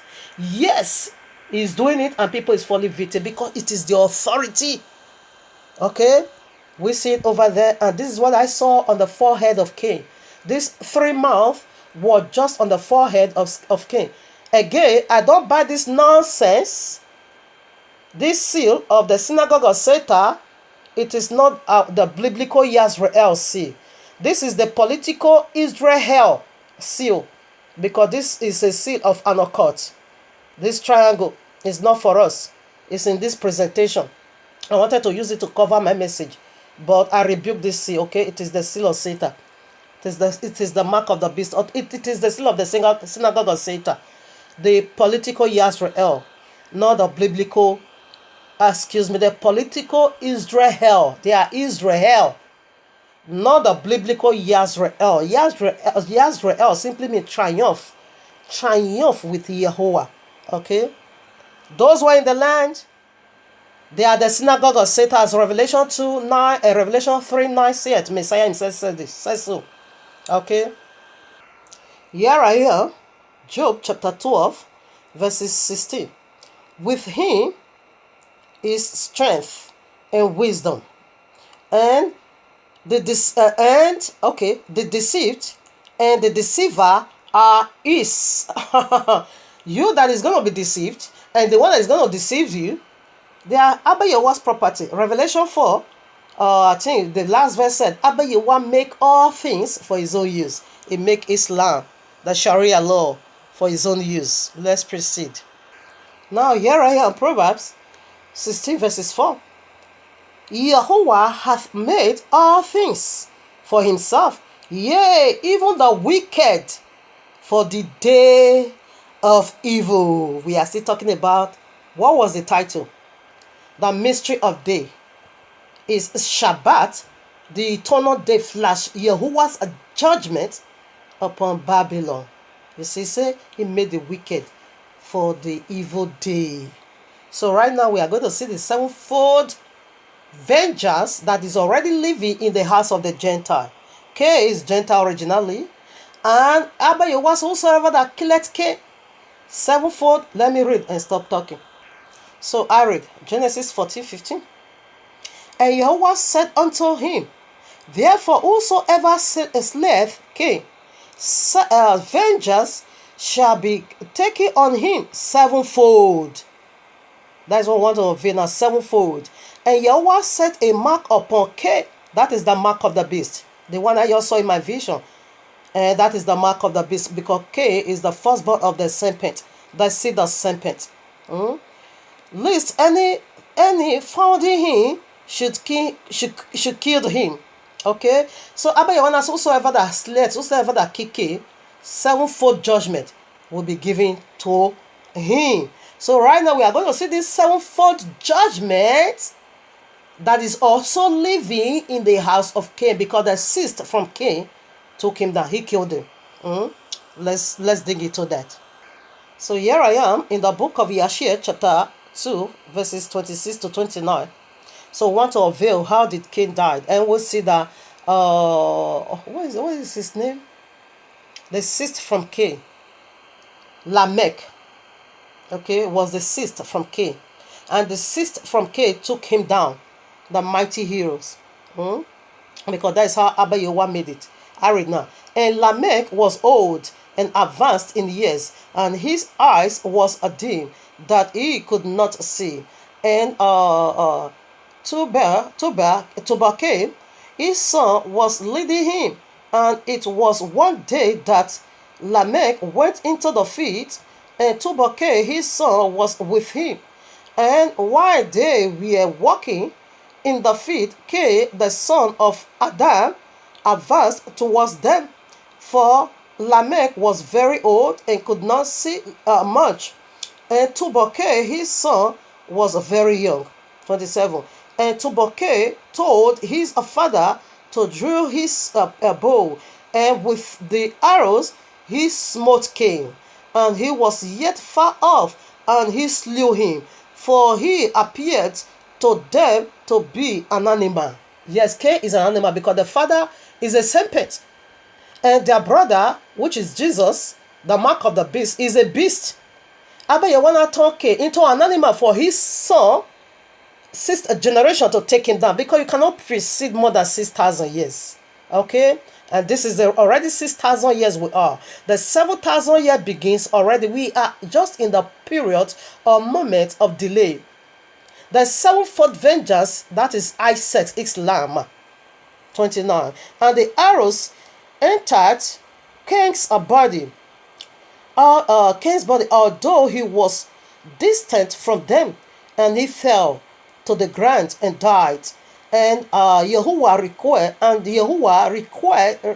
requited Cain's evil according to his wickedness, which he had done to his brother Abel, according to the word of Yahuwah which he had spoken. We see the cause of whosoever that slayed Cain, sevenfold vengeance will be carried against that person. And we'll see the sixth from Cain, Lamech, was the one who slew Cain. He killed Cain. Now this sevenfold judgment is already in the house of Cain. It's already in the house of the unlawful birth children. It's already in the house of the Gentile. Now, who is the sevenfold vengeance? It is Islam. Islam, 6,000 is already complete. That is why 6 from Cain took him down. You need not to proceed more than 6,000 years. Number 6, it is the number of man. Number 6, it is the man's authority that you need to operate. In the 7th, it belongs to Abba Yahuwah. And Serpent and his children has been ruling this earth from the very day 1 down to the 6,000 years, a day as 1,000 years. Now the 7th belongs unto Yahuwah, and this very 7th, it is the last of vengeance, because vengeance has already been going on in the house of Cain. Day 1, day 2, day 3, 4, 5, 6, the 7th is completement. And this is the 7th-fold vengeance that is about to be carried down upon the children of Cain, the Gentiles. Okay, the Gentiles, okay, is their progenitor. And this causes is already living in their belly right from the very first 1,000 years of human existence here on earth. So now it is the completement. Number 7 always stands for completement. It says sevenfold vengeance from 1 down to 7 will be carried against whosoever that killed Cain. And whosoever that killed Cain was the seed of Cain, Lamech, the 6th generation. He took him down. And there's very complete vengeance is what we are going to now, the Islam and the Sharia law. That is the sevenfold vengeance causes Abba Yahuwah led right in Genesis 4. That causes has been in progress till this very moment until this Islam come now. Let's do some more. Here I am in the book of Anuk, the one you call Enoch, chapter 15. And he answered, said to me, I heard his voice, fear not, Enoch, thou righteous man and scribe of righteousness. Approach hither and hear my voice, and go say to the watchers of heaven who have sent thee to intercede for them. Ye should intercede for me, and not me for you. Wherefore have ye left the high holy and eternal heaven, and lay with women, and defiled yourself with the daughters of men, and taken to yourselves wives, and done like the children of earth had begotten, like the children of earth, and begotten giants as your sons. And though ye were holy, spiritual, living the eternal life, you have defiled yourself with the blood of women, and have begotten children with the blood of flesh, and as the children of men have lusted after flesh and blood, as these also do who die and perish. Therefore have I given them wives, also that they might impregnate them and begot children by them, and thus nothing might be wanting to them on earth. But you were formerly spiritual, living the eternal life and immortality for all generation of the world. And therefore I have not appointed wives for you. For as for the spiritual ones of the heaven, in heaven is their dwelling. And now the giants who proceed from the spirits and flesh shall be called evil spirits. Yahweh sent his evil spirit upon the earth, and on the earth shall be their dwelling. Evil spirits have proceeded from their bodies, because they have born from men, and from the holy watchers is their beginning and a primary origin. There shall be evil spirit on earth. Evil spirit shall they be called. Islam, they are evil spirit, and they are on the way coming for you. As for the spirit of heaven, in heaven shall be their dwelling. But as for the spirit of the earth, which were born upon the earth, and on the earth shall be their dwelling. And the spirit of the giants, and now this is the mission he gave to the spirit of the giants, okay? The children of the giant.